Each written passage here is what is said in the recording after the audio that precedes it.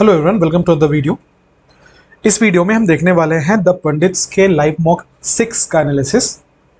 अगर आपने ये मॉक टेस्ट अटेम्प्ट किया है द पंडित प्लेटफॉर्म पे तो आप इस एनालिसिस को जरूर देखिएगा इस पॉइंट ऑफ व्यू से कि आप मिनिमम टाइम पे कैसे मैक्सिमम एक्यूरेसी अचीव कर सकते हैं, क्या क्या गलतियां आपने सेट बनाने के दौरान की थी।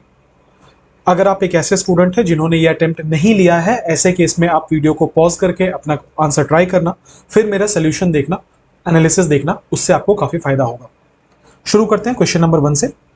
पहला सवाल है, एक पार्ट दिया है, आपको इसमें एरर ढूंढना है। The following sentence has been split into 4 segments, identify the segment that contains a grammatical error. Complete sentence क्या है कि this is the most perfect solution to the given problem. Chapter concerned है adjective. आपने already ये rule कई बार पढ़ा होगा कि कुछ एक ऐसे वर्ड्स होते हैं जिनको हम एब्सोल्यूट एडजेक्टिव कहते हैं। ठीक है, ये एब्सोल्यूट एडजेक्टिव्स ऐसे वर्ड्स होते हैं जिनका सेंस अपने आप में कंप्लीट होता है, और चूंकि इनका सेंस अपने आप में कंप्लीट होता है, हमें इनके साथ ना कॉम्परेटिव की जरूरत पड़ती है, मतलब ना इनके साथ मोर लगेगा और ना इनके साथ मोस्ट लगेगा। ठीक है, ये क्वेश्चन उसी का एग्जांपल है। पहले हम थोड़ा थियरी देख लेते हैं, फिर हम क्वेश्चन पे वापस आएंगे। थियरी क्या है समझना। हम पढ़ रहे हैं एब्सोल्यूट एडजेक्टिव। क्या होता है absolute adjective? These are adjectives that express qualities in their highest or complete state. इनका मतलब ये होता है कि या तो आप उस कैटेगरी के सबसे हाईएस्ट चीज के बारे में बात कर रहे हो, या फिर ये अपने आप में कंप्लीट है। चूंकि ये अपने आप में कंप्लीट है, इनके साथ ना मोर का इस्तेमाल किया जाता है, ना मोस्ट का इस्तेमाल किया जाता है, ना वेरी जैसे एडवर्ब लगाए जाते हैं। कौन कौन से वर्ड इसके अंदर आ सकते हैं? ऐसे तो बहुत सारे एडजेक्टिव्स हैं, पर जो कॉमनली आस्क्ड एडजेक्टिव्स हैं उनमें परफेक्ट है, यूनिक है, complete, final, universal, dead, empty, full, supreme, ideal, infinite, entire, absolute, chief, singular, essential, excellent, circular, impossible. ये ऐसे वर्ड्स हैं जिनके साथ आप मोर या मोस्ट आमतौर पर नहीं लगाते। इसलिए नहीं लगाते क्योंकि ये अपने आप में एब्सोल्यूट एडजेक्टिव्स काउंट होते हैं। ये अपने आप में या तो सुप्रीम मोस्ट होते हैं, या तो ये अपने आप में कंप्लीट का सेंस देते हैं, तो इनके साथ मोर या मोस्ट लगाने का कोई लॉजिक नहीं बनता। अगर मैं किसी चीज को परफेक्ट बोल रहा हूं तो मेरा मतलब है कि अगर मैं उसको 10 मार्क्स में जज करूं तो 10 में से 10 है, वो ऑलरेडी परफेक्ट है। अब अगर मैं उसको मोस्ट परफेक्ट बोल रहा हूं तो इसका क्या मतलब बनता है? ये तो फिर सुपरफ्लुअस हो गया ना, क्योंकि 10 ही मार्क्स थे, आपने पहले ही 10 दे दिए, अब उसके आगे मोस्ट लगा दूं तो क्या आप 10 में से 11 मार्क्स दोगे? नहीं, सेंस नहीं बनता। इसीलिए जितने भी वर्ड्स मैंने अभी बताए हैं, इन वर्ड्स के साथ कभी भी मोर या मोस्ट का इस्तेमाल मत करना। ये अपने आप में एब्सोल्यूट एडजेक्टिव्स काउंट होते हैं ना। Coming back to the question. Question था this is the most perfect solution. लिखा है this is the most perfect solution. अभी हमने पढ़ा था जिन वर्ड्स को, उनमें परफेक्ट भी था, दिख रहा होगा आपको। अगर मैं वापस सवाल पे आऊं, लिखा है this is the most perfect, हम क्या करेंगे, यहां से मोस्ट को रिमूव कर देंगे। राइट, सही आंसर होगा this is the perfect solution. Answer है ऑप्शन नंबर ए। बढ़ते हैं क्वेश्चन नंबर 2 की तरफ। लिखा है though he has several interim plans, his dash aim is to become a billionaire. लिखा है कि यद्यपि उसके अपने कुछ प्लान्स हैं, अपने कुछ इंटरिम प्लान्स हैं, उसका डैश एम है कि वो एक बिलियनियर बने। इस पूरे क्वेश्चन का आंसर सिर्फ इस बात पे टिका है कि क्या आपको इंटरिम वर्ड का मतलब पता है। ऐसा क्यों?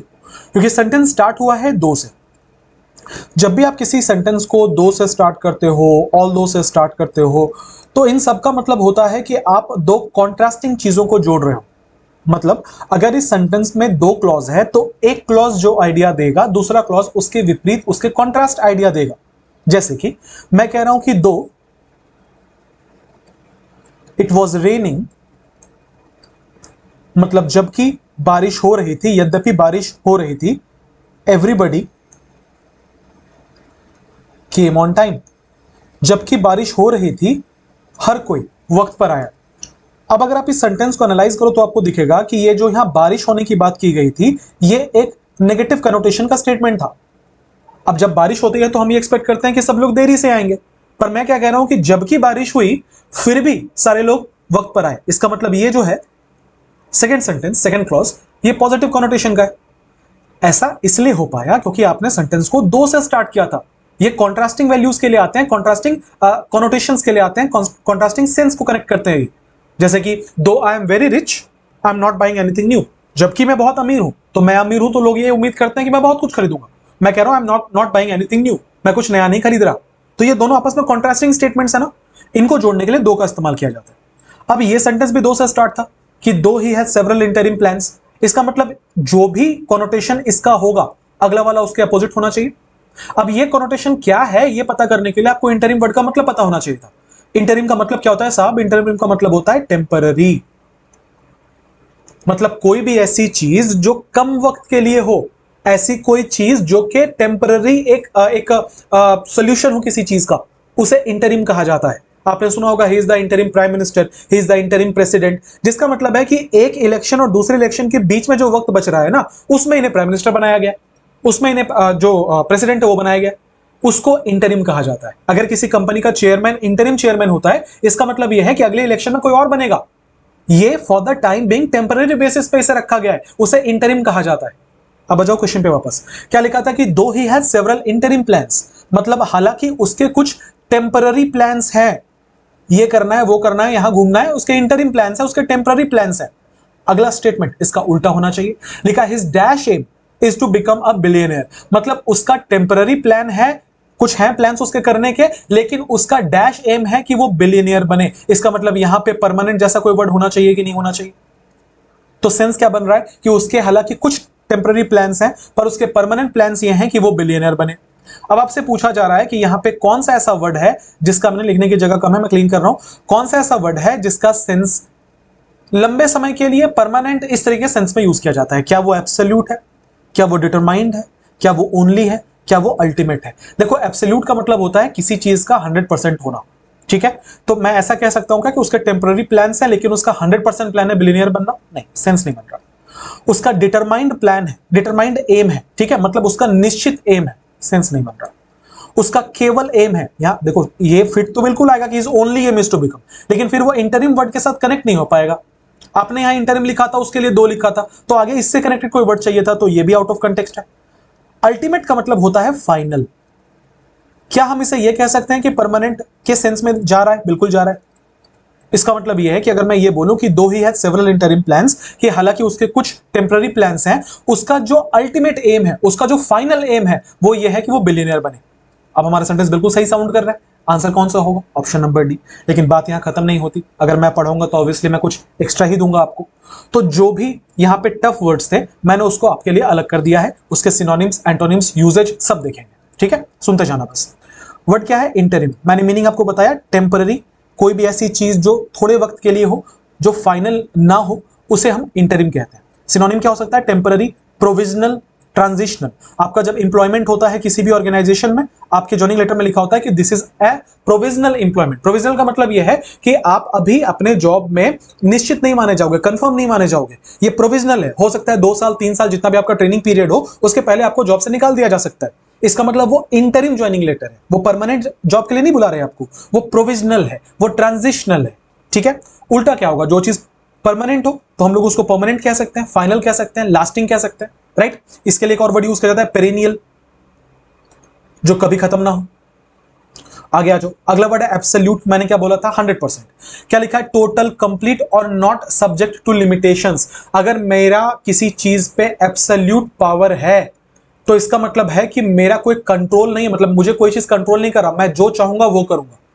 क्या अगर मैं एक ऑर्गेनाइजेशन में काम कर रहा हूं, मेरे पास एब्सोल्यूट पावर होते हैं? नहीं। मैं वहां काम कर रहा हूं, मैं वहां का मालिक नहीं हूं, पर मेरे यूट्यूब चैनल का मैं एब्सोल्यूट मालिक हूं ना।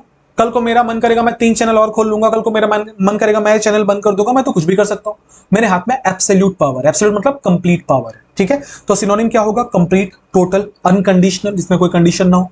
उल्टा क्या होगा? आधा अधूरा। सो एंटोनिम होगा पार्शियल, लिमिटेड, कंडीशनल, राइट? अगला वर्ड है डिटरमाइंड। हिंदी मतलब होता है दृढ़ संकल्पित, फॉर्मली रिजॉल्व। आपने बहुत बार सुना होगा विराट कोहली अपने स्पीच में, अपने जिस भी इंटरव्यू वो देते हैं उसमें बहुत यूज करते हैं कि I am very resolute, I am very determined. Resolute या डिटरमाइंड का मतलब होता है कोई भी ऐसा व्यक्ति जिसका विल पावर बड़ा स्ट्रांग हो, जिसने दृढ़ संकल्प कर लिया, करना है तो करना है, उसे डिटरमाइंड कहते हैं, उसे रिजोल्यूट कहते हैं, उसे फर्म कहते हैं, उसे स्टेटफास्ट कहते हैं। उल्टा क्या होता है? जो डिसीजन ना ले पाए। सो इनडिसाइसिव, वीक, हेजिटेंट, ये उसका उल्टा होगा। अगला वर्ड है अल्टीमेट। जैसा मैंने बोला फाइनल, ठीक है? अल्टीमेट, अंततः, अंतिम, highest degree, final, supreme, utmost. Utmost मतलब होता है 100%। बहुत बार क्लोज टेस्ट वगैरह में आ जाता है, ठीक है? परसेंटेज पे बात करूं तो 100% को अटमोस्ट कहा जाता है। अगर मैं ये बोलूं कि I am trying my utmost best, इसका मतलब होता है मैं अपना 100% ट्राई कर रहा हूं। उल्टा क्या होगा? इनिशियल होगा, बेसिक होगा, बिगिनिंग होगा। आई होप ये सारे वर्ड्स आपको क्लियर हैं। मेरे हिसाब से यहाँ पे जो दो वर्ड इंपॉर्टेंट थे वो इंटरिम और एब्सोल्यूट थे, दोनों कई बार एग्जाम में पूछे जाते हैं, इंटरिम तो खास करके पूछा जाता है। आइए क्वेश्चन नंबर 3 पर लिखा है, feeling exhausted after the long journey Rohan laid down on the bed to relax as soon as he reach the hotel. लिखा है कि चूंकि अपनी लंबी जर्नी से वो बहुत ज्यादा थका हुआ महसूस कर रहा था, रोहन जो है वो अपने बेड पे लेट गया, ठीक है, जैसे ही वो होटल पहुंचा। अंडरलाइन पोर्शन है laid down on the bed to relax. ये सेंटेंस इंप्रूवमेंट का सवाल है, आपसे पूछा जा रहा है कि इसमें से कौन सा ऑप्शन सही है, जो लिखा है वो सही है या कोई और आंसर सही होगा। इसको बनाने के लिए पहले आपको समझना पड़ेगा कि यह सवाल आया क्यों है, इस सवाल में डिफिकल्टी क्या है। देखो इस सवाल में डिफिकल्टी है ये वर्ड जो यहां लिखा है, जिस वर्ड को हम कहते हैं लेड। ये जो लेड यहां पे लिखा है ना, ये डिफिकल्टी है। क्यों? क्योंकि हर कोई कंफ्यूज होता है कि लाई और ले में क्या डिफरेंस है, और ये कंफ्यूजिंग वर्ड्स वाले टॉपिक में आपने पढ़ा होगा, हर बार एसएससी से कोई ना कोई सवाल पूछती है। मैं कोशिश करता हूं आज के वीडियो के बाद आपको दोबारा कोई रेफरेंस ना लेना पड़े, जितने आसान भाषा में मैं समझा पाऊं विद डिफरेंट एग्जांपल्स मैं समझाने की कोशिश करता हूं। एक बार लाई और ले को पहले इत्मीनान से समझ लो। देखो लाई जो होता है ना, ये एक इंट्रांजिटिव वर्ब है। अगर आप मुझसे पूछोगे कि सर दोनों में क्या डिफरेंस होता है, तो दोनों में ये डिफरेंस है कि लाई जो है वो एक इंट्रांजिटिव वर्ब होता है। इंट्रांजिटिव वर्ब जिन्हें नहीं समझ में आता, आप सिंपली समझो कि ये अपने बाद कोई ऑब्जेक्ट नहीं लेता। आप बोलेंगे सर कैसे पता चलेगा ऑब्जेक्ट आया है कि नहीं? बहुत सारे बच्चों का बेसिक हिला रहता है, उनको समझ ही नहीं आता कि जब ऑब्जेक्ट बोला जा रहा है तो किसे ऑब्जेक्ट कहते हैं। देखो ऑब्जेक्ट पकड़ने का बहुत आसान तरीका है, या तो पूछो व्हाट या तो पूछो हूम। अगर जवाब मिला तो समझ जाना ऑब्जेक्ट है, अगर जवाब नहीं मिला तो समझ जाना ऑब्जेक्ट नहीं है। फॉर एग्जाम्पल मैं कह रहा हूं कि I am dancing on a song, मैं एक गाने पर नाच रहा हूं, ठीक है, I am dancing on a song. Verb क्या है? डांसिंग। मैंने आपसे पूछा कि इसका ऑब्जेक्ट बताओ। अब जो बच्चे थियोरेटिकली, मतलब थियोरेटिकली नहीं बोलूंगा, ऊपर ऊपर से पढ़ जाते हैं, सुपरफिशियली पढ़ जाते हैं, वो बच्चे बोलेंगे ये वाला ऑब्जेक्ट है, क्योंकि उनको ऐसे समझ आई है बात कि सब्जेक्ट वर्ब के अलावा जो बच गया वो ऑब्जेक्ट है, which is wrong, absolutely wrong. Dancing का अगर आपसे यहां ऑब्जेक्ट पूछा जाए भैया, तो कोई ऑब्जेक्ट नहीं है। क्यों? आप पूछो आई एम डांसिंग, मैं नाच रहा हूं, आई एम डांसिंग व्हाट, कोई जवाब नहीं है। आई एम डांसिंग हुम, कोई जवाब नहीं है। इसका मतलब ये वाला वर्ब क्या होगा? ये वाला वर्ब होगा इंट्रांजिटिव वर्ब, इसमें कोई ऑब्जेक्ट नहीं है, ठीक है। अब मान लो मैं कह रहा हूं कि आई टीच इंग्लिश, मैं क्या करता हूं? मैं इंग्लिश पढ़ाता हूं, आई टीच इंग्लिश। वर्ब क्या है यहां का? टीच। सवाल पूछो I teach what, I teach English. इसका मतलब व्हाट का जवाब मिला क्या? हाँ जी मिला। क्या वर्ब, कौन सा वर्ड मिला? इंग्लिश। तो इंग्लिश क्या होगा? ऑब्जेक्ट। ये वर्ब क्या होगा? ट्रांजिटिव। अब मैं बोल रहा हूं आई टीच माई स्टूडेंट्स, मैं अपने बच्चों को पढ़ाता हूं, मैं अपने स्टूडेंट्स को पढ़ाता हूं, आई टीच माई स्टूडेंट्स। अब मैं आपको पूछूंगा आई टीच हुम, रिप्लाई मिला क्या? हाँ जी मिला। मैं किसे पढ़ाता हूं? स्टूडेंट्स को पढ़ाता हूं। तो मेरे स्टूडेंट्स क्या होंगे? मेरे ऑब्जेक्ट, मेरा ऑब्जेक्ट होंगे, इस वर्ब का ऑब्जेक्ट होंगे, टीच का ऑब्जेक्ट होंगे। ये टीच फिर क्या होगा? Transitive verb. इसका मतलब वर्ब्स को दो कैटेगरी में बांटा जा सकता है, इस बेसिस पे कि वो अपने आगे ऑब्जेक्ट ले रहा है या नहीं ले रहा। अगर वो अपने आगे ऑब्जेक्ट ले रहा है तो उसे ट्रांजिटिव कहते हैं, अगर वो अपने आगे ऑब्जेक्ट नहीं ले रहा है तो उसे इंट्रांजिटिव कहते हैं। मेरी मानो अकलमंदी इसमें है कि कभी याद करने की कोशिश मत करना कि कौन सा वर्ब ट्रांजिटिव होता है, कौन सा वर्ब इंट्रांजिटिव होता है। मैं आपको बतेरे ऐसे वर्ब्स गिना दूंगा जो ट्रांजिटिव भी होते हैं और इंट्रांजिटिव भी होते हैं, आप कंफ्यूज हो जाओ, तो रटने की कोशिश मत करो। सिंपल सवाल है, सेंटेंस में देखो कंटेक्स्ट क्या है, उस हिसाब से जज करो कि ट्रांजिटिव होगा कि इंट्रांजिटिव होगा, उसके आगे ऑब्जेक्ट आ रहा है या नहीं आ रहा है, क्या सवाल पूछना है, बस एक सवाल पूछना है, व्हाट या हूम। रिप्लाई मिला तो वो ट्रांजिटिव है, अगर रिप्लाई नहीं मिला तो वो इंट्रांजिटिव है, ठीक है। तो मैंने क्या बोला है कि ये जो लाई लिखा है ये इंट्रांजिटिव है, जिसका मतलब है जहां पे भी लाई यूज होगा उसके साथ आपको कभी ऑब्जेक्ट नहीं मिलेगा। अगर ऑब्जेक्ट मिल रहा है इसका मतलब लाई का इस्तेमाल वहां नहीं होना चाहिए। अब लाई का अगर आप कंजुगेशन देखोगे, कौन से फॉर्म्स इसके बनते हैं आगे वर्ब के, तो लाई होता है V1 या बेस फॉर्म, ले होता है इसका V2 और लेन होता है इसका V3। तो फॉर्म कैसे चलता है? लाई, ले, लेन। अब आ जाओ इसके भाई के ऊपर, जो भाई कंफ्यूज कर रहा है आपको, विच इज ले, LAY, ले। ले का मतलब क्या होता है? किसी चीज को रखना, राइट, किसी चीज को बिछाना। लाई का हिंदी मतलब होता था लेटना, ले का होता है रखना या बिछाना। हिंदी से मत पढ़ना आप, इस बस एक ही अंतर कर लो कि इसमें किसी ऑब्जेक्ट की जरूरत पड़ती है। आपको बताना पड़ेगा आप किस चीज को रख रहे हो, आपको बताना पड़ेगा आप किस चीज को बिछा रहे हो। इसका मतलब ये वाला एक ट्रांजिटिव वर्ब की कैटेगरी में आता है। तो अभी तक मैंने आपको क्या सिखाया है? लाई एक इंट्रांजिटिव वर्ब होता है, ले एक ट्रांजिटिव वर्ब होता है। लाई में ऑब्जेक्ट की जरूरत नहीं पड़ेगी, ले में ऑब्जेक्ट की जरूरत पड़ेगी। अब इसके फॉर्म्स कैसे चलते हैं? पहले में हमने पढ़ा था लाई का फॉर्म चलता है लाई, ले और लेन। ले का चलता है ले, लेड और लेड। कैसे चलता है? ले, लेड और laid. And the confusion comes. क्या कंफ्यूजन आता है इसमें भैया? बड़ा तगड़ा कंफ्यूजन आता है। क्या कंफ्यूजन है पता है? ले यहां पे भी है और ले यहां पे भी है, यही कंफ्यूजन है बस। इसी कंफ्यूजन का फायदा उठा के एसएससी बार बार आपसे सवाल पूछती है। आपको बस इतना ध्यान रखना है कि अगर वो लाई से बना हुआ ले है तो ये V2 है, ये पास्ट है। अगर वो ले वाला है तो ये V1 है और ये प्रेजेंट है। ये ले एक जगह पे पास्ट भी होता है, ले एक जगह पे प्रेजेंट भी होता है। आप बोलेंगे सर कैसे पता चलेगा? बहुत सिंपल है। आप देखो कि जिस सेंटेंस में आपने इसको यूज किया है वहां ट्रांजिटिव की जरूरत थी या इंट्रांजिटिव की जरूरत थी? अगर इंट्रांजिटिव की जरूरत थी मतलब ये पास्ट वाला यूज किया आपने। अगर ट्रांजिटिव की जरूरत थी तो फिर आपने प्रेजेंट वाला यूज किया। पूरा कंफ्यूजन यहीं पे। अब मेरे बोल समझा देने से या बोल देने से आपको समझ नहीं आएगा, तो आओ सवाल से समझते हैं इस बात को। लिखा है कि I will lay down for a nap. मैं क्या करूंगा कि मैं एक नैप लेने के लिए मैं बिछा दूंगा। क्यों मैं बोल रहा हूं बिछा दूंगा? लिखा आई विल ले, विल क्या था? मॉडल, मॉडल के बाद क्या होता है? बेस फॉर्म, बेस फॉर्म मतलब V1, तो ये ले क्या है? V1 है। अच्छा, अगर ये ले V1 है इसका मतलब ये वाला तो ट्रांजिटिव वर्ब होना चाहिए था। ट्रांजिटिव वर्ब का मतलब यह है कि वहां पे कोई ना कोई ऑब्जेक्ट आना चाहिए था। आना चाहिए था कि नहीं आना चाहिए था? अच्छा, अगर आप सेंटेंस को देख रहे हो तो लिखा हुआ है कि I will lay down, lay down एक फ्रेजल वर्ब है, फॉर अ नैप।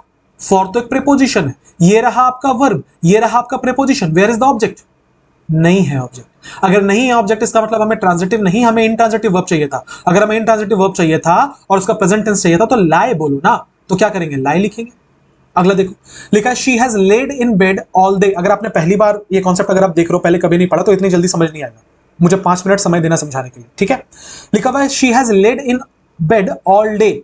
आप क्या ये बात यहां देख के पता कर पा रहे हो कि ये लेड के बाद इन प्रेपोजिशन आया है, इसका मतलब यहां ऑब्जेक्ट नहीं है। आगे अगर बेड लिखा हुआ है नाउन तो ये इन का ऑब्जेक्ट है, हमें लेड वर्ब का ऑब्जेक्ट चाहिए था। इसका मतलब ये वाला भी इंट्रांजिटिव का एग्जांपल है, इंट्रांजिटिव का एग्जांपल है। जैसे इंट्रांजिटिव हुआ दिमाग में तुरंत आएगा कि लाई होना चाहिए। अब देख लो वर्ब कौन सा यूज किया गया है, वर्ब का थर्ड फॉर्म है। तो लाई का फॉर्म कैसे चलता है? लाई, ले, लेन। यहां क्या लिखा हुआ था? लेड। लेड किसका V3 होता है? ले का। ले ट्रांजिटिव होता है। ये सेंटेंस ट्रांजिटिव वर्ब का था क्या? नहीं, इंट्रांजिटिव वर्ब का था। इसका मतलब ये गलत है। आंसर क्या होना चाहिए? She has lane in bed all day. ठीक है, अब आओ कुछ तगड़े एग्जांपल लेते हैं, लंबे लंबे वाले सेंटेंस। बहुत लोगों की ये शिकायत होती है कि सर छोटा सेंटेंस तो बन जाता है, बड़ा वाला नहीं बनता। आओ जरा बड़ा वाला देखते हैं। लिखा है कि I always lie on sofa. इसमें कोई एरर नहीं है, आप सिर्फ इसका यूज समझेंगे। लिखा है कि I always lie on sofa. Lie क्यों लिखा गया? यहां ले क्यों नहीं लिखा गया? इसलिए क्योंकि आप देखना इसके तुरंत बाद ऑन लिखा हुआ है। ऑन एक प्रीपोजिशन है, सोफा इस प्रीपोजिशन का ऑब्जेक्ट है। क्या हमारे लाई वर्ड को ऑब्जेक्ट मिला था? नहीं मिला था। इसका मतलब ये वाला क्या है? ये वाला इंट्रांजिटिव है। अगर इंट्रांजिटिव है तो बिल्कुल ठीक है। लिखा हुआ है I always lie on sofa after dinner but today I laid my book. Laid, आप यहां पूछोगे लेड व्हाट? ऑब्जेक्ट मिला क्या? हाँ जी ऑब्जेक्ट मिला। कौन सा वर्ड मिला? My book. इसका मतलब क्या ये ट्रांजिटिव है? हाँ जी साहब ट्रांजिटिव है, लिख दिया। अच्छा, ट्रांजिटिव में हमें क्या चाहिए था? V2 चाहिए था। तो ट्रांजिटिव क्या होता है? ले। फॉर्म देखो तो कैसे चलता है? Lay, lead, lead. इसका मतलब ये लेड जो है ये वर्ब का दूसरा फॉर्म है, पास्ट टेंस है, ठीक है? और कौन सा वर्ब है? ट्रांजिटिव है। आगे बढ़े, अब सिर्फ आप ये डिसाइड करेंगे ट्रांजिटिव की इंट्रांजिटिव। लिखा हुआ है the dog lies under the tree. Dog lies under the tree. अब मैं आपसे ये पूछ रहा हूं कि ये जो लाइज वर्ड है ये ट्रांजिटिव है कि इंट्रांजिटिव? पूछो व्हाट, लाइज व्हाट? जवाब नहीं मिला। लाइज हुम? जवाब नहीं मिला। Lies where under the tree मिलेगा, पर हमें वेयर तो नहीं चाहिए, हमें तो व्हाट चाहिए और हुम चाहिए। इसका मतलब यहां पे हमें इंट्रांजिटिव की जरूरत है। अगर इंट्रांजिटिव वर्ब की जरूरत हो तो लाई का फॉर्म होना चाहिए। देखो लाइज लिखा हो, बिल्कुल ठीक है। The dog lies in under the tree in the afternoon but yesterday it ले इन द शेड। यहां लिखा हुआ है इट ले इन द शेड। अब ध्यान देंगे यस्टरडे लिखा हुआ है, पास्ट है, तो यहां ले लिखा हुआ है। ले किसका पास्ट होता है? लाई का। इसका मतलब ये वाला सेंटेंस क्या हो जाएगा? पास्ट हो जाएगा। पास्ट में वर्ब का दूसरा फॉर्म है, वर्ब का दूसरा फॉर्म ले। इसका मतलब यहां पे लाई का सेंस बन रहा था, इंट्रांजिटिव का सेंस बन रहा था। देखो इंट्रांजिटिव है या नहीं? बिल्कुल है साहब। आगे इन लिखा हुआ था, क्लियर हो रहा है थोड़ा थोड़ा? आगे बढ़े। लिखा है before going to bed, bed पे जाने से पहले शी लेज हर क्लॉथ्स। लिखा है कि she lay her clothes. Lays what? Lays what? जवाब मिला, हाँ जी मिला।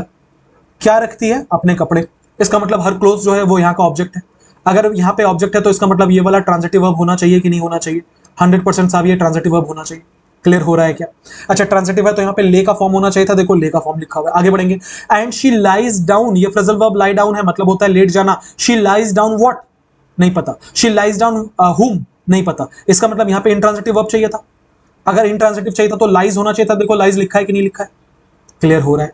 आगे बढ़ें क्या? लिखा ही led his phone. Led what? His phone. मिल गया। इसका मतलब ये वाला ट्रांजिटिव होना चाहिए। ट्रांजिटिव होना चाहिए मतलब ले का फॉर्म चलेगा। तो देखो ले का फॉर्म क्या होता है? Lay, lead, lead. देखो लिखा है कि नहीं लिखा? बिल्कुल ठीक है। एंड देन ले on the couch. On preposition आया है। ले व्हाट? ले हुम? नहीं पता। इसका मतलब ये वाला इंट्रांजिटिव है। इंट्रांजिटिव है। अच्छा पास्ट में था तो देखो लाई का पास्ट ले होता है ना, तो बिल्कुल सही है या नहीं? क्या क्लियर हो रहा है आपको? अगला सवाल और देखो, the workers are laying bricks, मैं पूछ रहा हूं the workers are laying what? Bricks. इसका मतलब ये वाला क्या होगा? ऑब्जेक्ट होगा। इसका मतलब यहां पे ट्रांजिटिव चाहिए था कि नहीं? बिल्कुल मिला है हमें ट्रांजिटिव, ले का फॉर्म लेइंग लिखा हुआ है। For the pathway while the cat is lying, intransitive है या नहीं है? बिल्कुल इंट्रांजिटिव है साहब, क्योंकि आगे क्या लिखा हुआ था? इन लिखा हुआ था, which is a preposition, right. इसका मतलब ये जो लाइंग लिखा हुआ है ये इंट्रांजिटिव होगा, तो देखो लाई का फॉर्म लाइंग होना चाहिए, V4। क्या अब आपको क्लियर हुआ है कि लाई कहां लगेगा, ले कहां लगेगा? एक बार मैं अगर सम अप कर दूं आपके लिए, लाई एक इंट्रांजिटिव वर्ब है, ले एक ट्रांजिटिव वर्ब है। ऑब्जेक्ट रहा तो ले लगेगा, नहीं रहा तो लाई लगेगा। कंफ्यूजन ये है, इसके कंजुगेशंस में कंफ्यूजन है। लाई का फॉर्म क्या बनता है? लाई, ले और लेन। ले का क्या बनता है? ले, लेड और लेड। अगर इतनी बात आप समझ गए तो आने वाले किसी भी एग्जाम में आपको कभी भी इससे लेकर कोई तकलीफ नहीं होगी, ठीक है। आ जाओ सवाल पे, क्या लिखा होता? Feeling exhausted after the long journey, Rahul laid down on the bed to relax. लिखा हुआ है लेड डाउन, अभी हमने जस्ट पढ़ा था लेड किसका फॉर्म है? लेड फॉर्म है ले का। कैसे चलता है? ले, लेड और लेड। इसका मतलब ये जो लेड है ये किससे बनकर आया है? ये बनकर आया है ले से। क्या ले एक ट्रांजिटिव वर्ब था? हाँ जी, ये ट्रांजिटिव वर्ब था। इसका मतलब क्या यहाँ पे ऑब्जेक्ट होना चाहिए था? हाँ जी साहब, ऑब्जेक्ट होना चाहिए था। जरा सवाल देखो तो, लिखा है राहुल लेड डाउन ऑन, कहां है ऑब्जेक्ट? ये तो एक फ्रेजल वर्ब है, लेड डाउन। ऑब्जेक्ट कहां है? नहीं है, क्योंकि ये ऑन प्रीपोजिशन था। ये द बेड इस प्रीपोजिशन का ऑब्जेक्ट है। इस वर्ब का ऑब्जेक्ट कहां है? नहीं है। इसका मतलब क्या हमें ट्रांजिटिव चाहिए था? नहीं चाहिए था। हमें क्या चाहिए था? हमें इंट्रांजिटिव चाहिए था। इसका मतलब क्या हम ले यूज कर सकते हैं? नहीं, ले यूज नहीं कर सकते। क्या यूज करना पड़ेगा? लाई यूज करना पड़ेगा, ठीक है। अच्छा अब अगर हम लाई को यूज करें, यहां कौन से टेंस में लिखना था? पास्ट टेंस में। तो देख लो तो जरा लाई का पास्ट टेंस कैसे चलता है? लाई, ले और लेन। इसका मतलब यहां पे कौन सा वर्ड लगेगा? ले लगेगा, जो वर्ब का दूसरा फॉर्म है। कौन से वर्ब का? लाई का। लाई चूंकि इंट्रांजिटिव चाहिए था। आ जाओ ऑप्शन पे, किसमें ले लिखा हुआ है? ले है, लेन है, वॉज लेइंग है। आंसर कौन सा होगा? Option number A, lay down on the bed to relax. बोलो ये बात समझ पाई क्या? आई होप ये क्वेश्चन मैं क्लियर कर पाया हूं। थोड़ा सा टाइम लगा समझाने में, क्योंकि मैं चाहता था कि एक बार मैं डिटेल में समझा दूं इसको, पर कहानी यहां खत्म नहीं होती। अगली चीज देखते हैं, इसमें एक और बड़ा इंटरेस्टिंग कॉन्सेप्ट है। अब जितनी बार भी मैं पढ़ाता हूं, मैं यूट्यूब पे पढ़ाऊं या अपने पेड बैचेस में पढ़ाऊं, जितनी बार भी मैं पढ़ाता हूं मुझे एक कॉमन प्रॉब्लम नजर आती है सारे स्टूडेंट्स के बीच में, कि उनको बड़ी तकलीफ होती है कि किसी सेंटेंस में कहां पे प्रेजेंट पार्टिसिपल यूज किया गया है और कहां पर जेरेंड यूज किया गया है। दिक्कत क्या है कि प्रेजेंट पार्टिसिपल हो या जेरेंड हो, दोनों आईएनजी से बनते हैं। तो अगर मैं कहीं पार्टिसिपल फ्रेज लगाऊं, अगर मैं कहीं पार्टिसिपल फ्रेज लगाऊं या अगर मैं कहीं जेरेंड फ्रेज लगाऊं, तो बच्चों को वो देखने में बिल्कुल सिमिलर लगता है, ठीक है। जैसे इस क्वेश्चन में ध्यान रखना, लिखा था feeling exhausted after the long journey. अब चूंकि ये सेंटेंस फीलिंग से स्टार्ट हुआ, बच्चे यहां कंफ्यूज हो जाते हैं तुरंत कि ये जेरेंड था या ये पार्टिसिपल था। इस क्वेश्चन को, इस कॉन्सेप्ट को मैं आगे एड्रेस करूंगा, मैं बस यहां मार्क आउट कर रहा हूं, ठीक है। अब अगले क्वेश्चन में चूंकि इसी नेचर का सवाल था, मैं वहां आपको एक्सटेंसिवली बताऊंगा कि यहां पे फीलिंग को देख के कैसे पता चलता कि ये जेरेंड होने वाला है या पार्टिसिपल होने वाला है, ठीक है। अगले क्वेश्चन पे बढ़ते हैं, मैं दोबारा यहां पे वापस आऊंगा। चलो अगला सवाल देखते हैं। क्या लिखा हुआ है कि select the grammatically correct sentence. हमें ग्रामेटिकली करेक्ट सेंटेंस यहां पे ढूंढना है। मतलब 4 सेंटेंस दिए, उसमें से कोई एक सवाल है जो ग्रामेटिकली करेक्ट है। हमसे पूछा गया कि वो कौन सा सवाल है, वो ढूंढ के निकालिए। देखना क्या लिखा था। पहला, reading books improve one's vocabulary and comprehension skills. मतलब किताबें पढ़ने से इंप्रूव होती है किसी की वोकैबुलरी और किसी के कॉम्प्रिहेंशन स्किल्स। अगला है, swimming in cold water have many health benefits for the body. ठंडे पानी में स्विमिंग करना हमारे शरीर के लिए बहुत लाभदायक है। Walking daily helps in maintaining good physical and mental health. लिखा है अगर कोई रोज चले तो वो मेंटेन करने में एक अच्छा फिजिकल और मेंटल हेल्थ बहुत मददगार होता है। डी में लिखा है listening to music reduce stress and anxiety levels. लिखा है कि जो म्यूजिक है उसको सुनने के लिए, सुनने से आपका जो स्ट्रेस है और एंजाइटी लेवल है वो कम होता है, ठीक है। ये चारों का हिंदी था। अब मैं समझा रहा हूं आपको कि क्यों मैं ऐसा बोलूंगा कि इस सेंटेंस में जेरेंड है और क्यों मैंने इसके पहले वाले सेंटेंस को बोला था कि वो पार्टिसिपल है, ठीक है। समझना आराम से। क्या कंफ्यूजन है? जैसे मैंने बोला कि दोनों के दोनों आईएनजी से शुरू होता है, तो कौन सा फ्रेज पार्टिसिपल फ्रेज के अंदर आएगा और कौन सा फ्रेज जेरेंड फ्रेज के अंदर आएगा, जेरेंडियल फ्रेज के अंदर आएगा, ये नहीं समझ पाते लोग। देखो इसको समझने के लिए ना आपको सिर्फ एक सिंपल कॉन्सेप्ट समझना पड़ेगा। वो ये है कि एक पार्टिसिपल जो होता है वो एक एडजेक्टिव का काम करता है। तो एक पार्टिसिपल फ्रेज भी जो होगा, देखो पार्टिसिपल फ्रेज किसको बोलते हैं? पार्टिसिपल मतलब एक शब्द, पार्टिसिपल फ्रेज मतलब 2-3 शब्द मिलकर अगर कोई फ्रेज बना तो उसे पार्टिसिपल फ्रेज बोलेंगे। अब क्या ये दो तीन शब्द मिलकर ना क्या करते हैं कि वो एडजेक्टिव का काम करते हैं। एडजेक्टिव का काम ये होता है कि वो किसी भी नाउन या किसी भी प्रोनाउन को क्वालिफाई करे, जबकि एक जेरेंडियल फ्रेज जो होगा, एक जेरेंड वाला फ्रेज जो होगा, उसका काम ये होगा कि वो सेंटेंस में एक नाउन का काम करता है। अब चूंकि एक नाउन का काम करता है तो किसी भी सेंटेंस में तीन जगह पे फ्रीक्वेंटली नाउन का इस्तेमाल होता है, या तो वो सब्जेक्ट बनता है, या तो वो ऑब्जेक्ट बनता है, या तो वो कॉम्प्लीमेंट में आता है। तो एक जेरेंडियल फ्रेज जो है वो एक सब्जेक्ट बनेगा, एक ऑब्जेक्ट बनेगा, एक कॉम्प्लीमेंट बनेगा। एक पार्टिसिपल फ्रेज जो है वो नाउन बनेगा, प्रोनाउन बनेगा। आप बोलोगे बहुत अच्छा सर, ये वाला लाइन तो हमने 2000 बार सुना है, हर किताब में यही लिखा है, समझ ही नहीं पाया आज तक कि क्या होता है। तो यहां तक तो मैंने किताबी भाषा में बोला है, अब मैं आपको समझाता हूं कि एक्चुअली होता क्या है। देखो बहुत सिंपल है, आपको सिर्फ मतलब अगर मैं स्टूडेंट होता तो मैं कैसे सोचता, जरा एक सेंटेंस में उठा रहा हूं, ठीक है, ये वाला सेंटेंस उठाते हैं।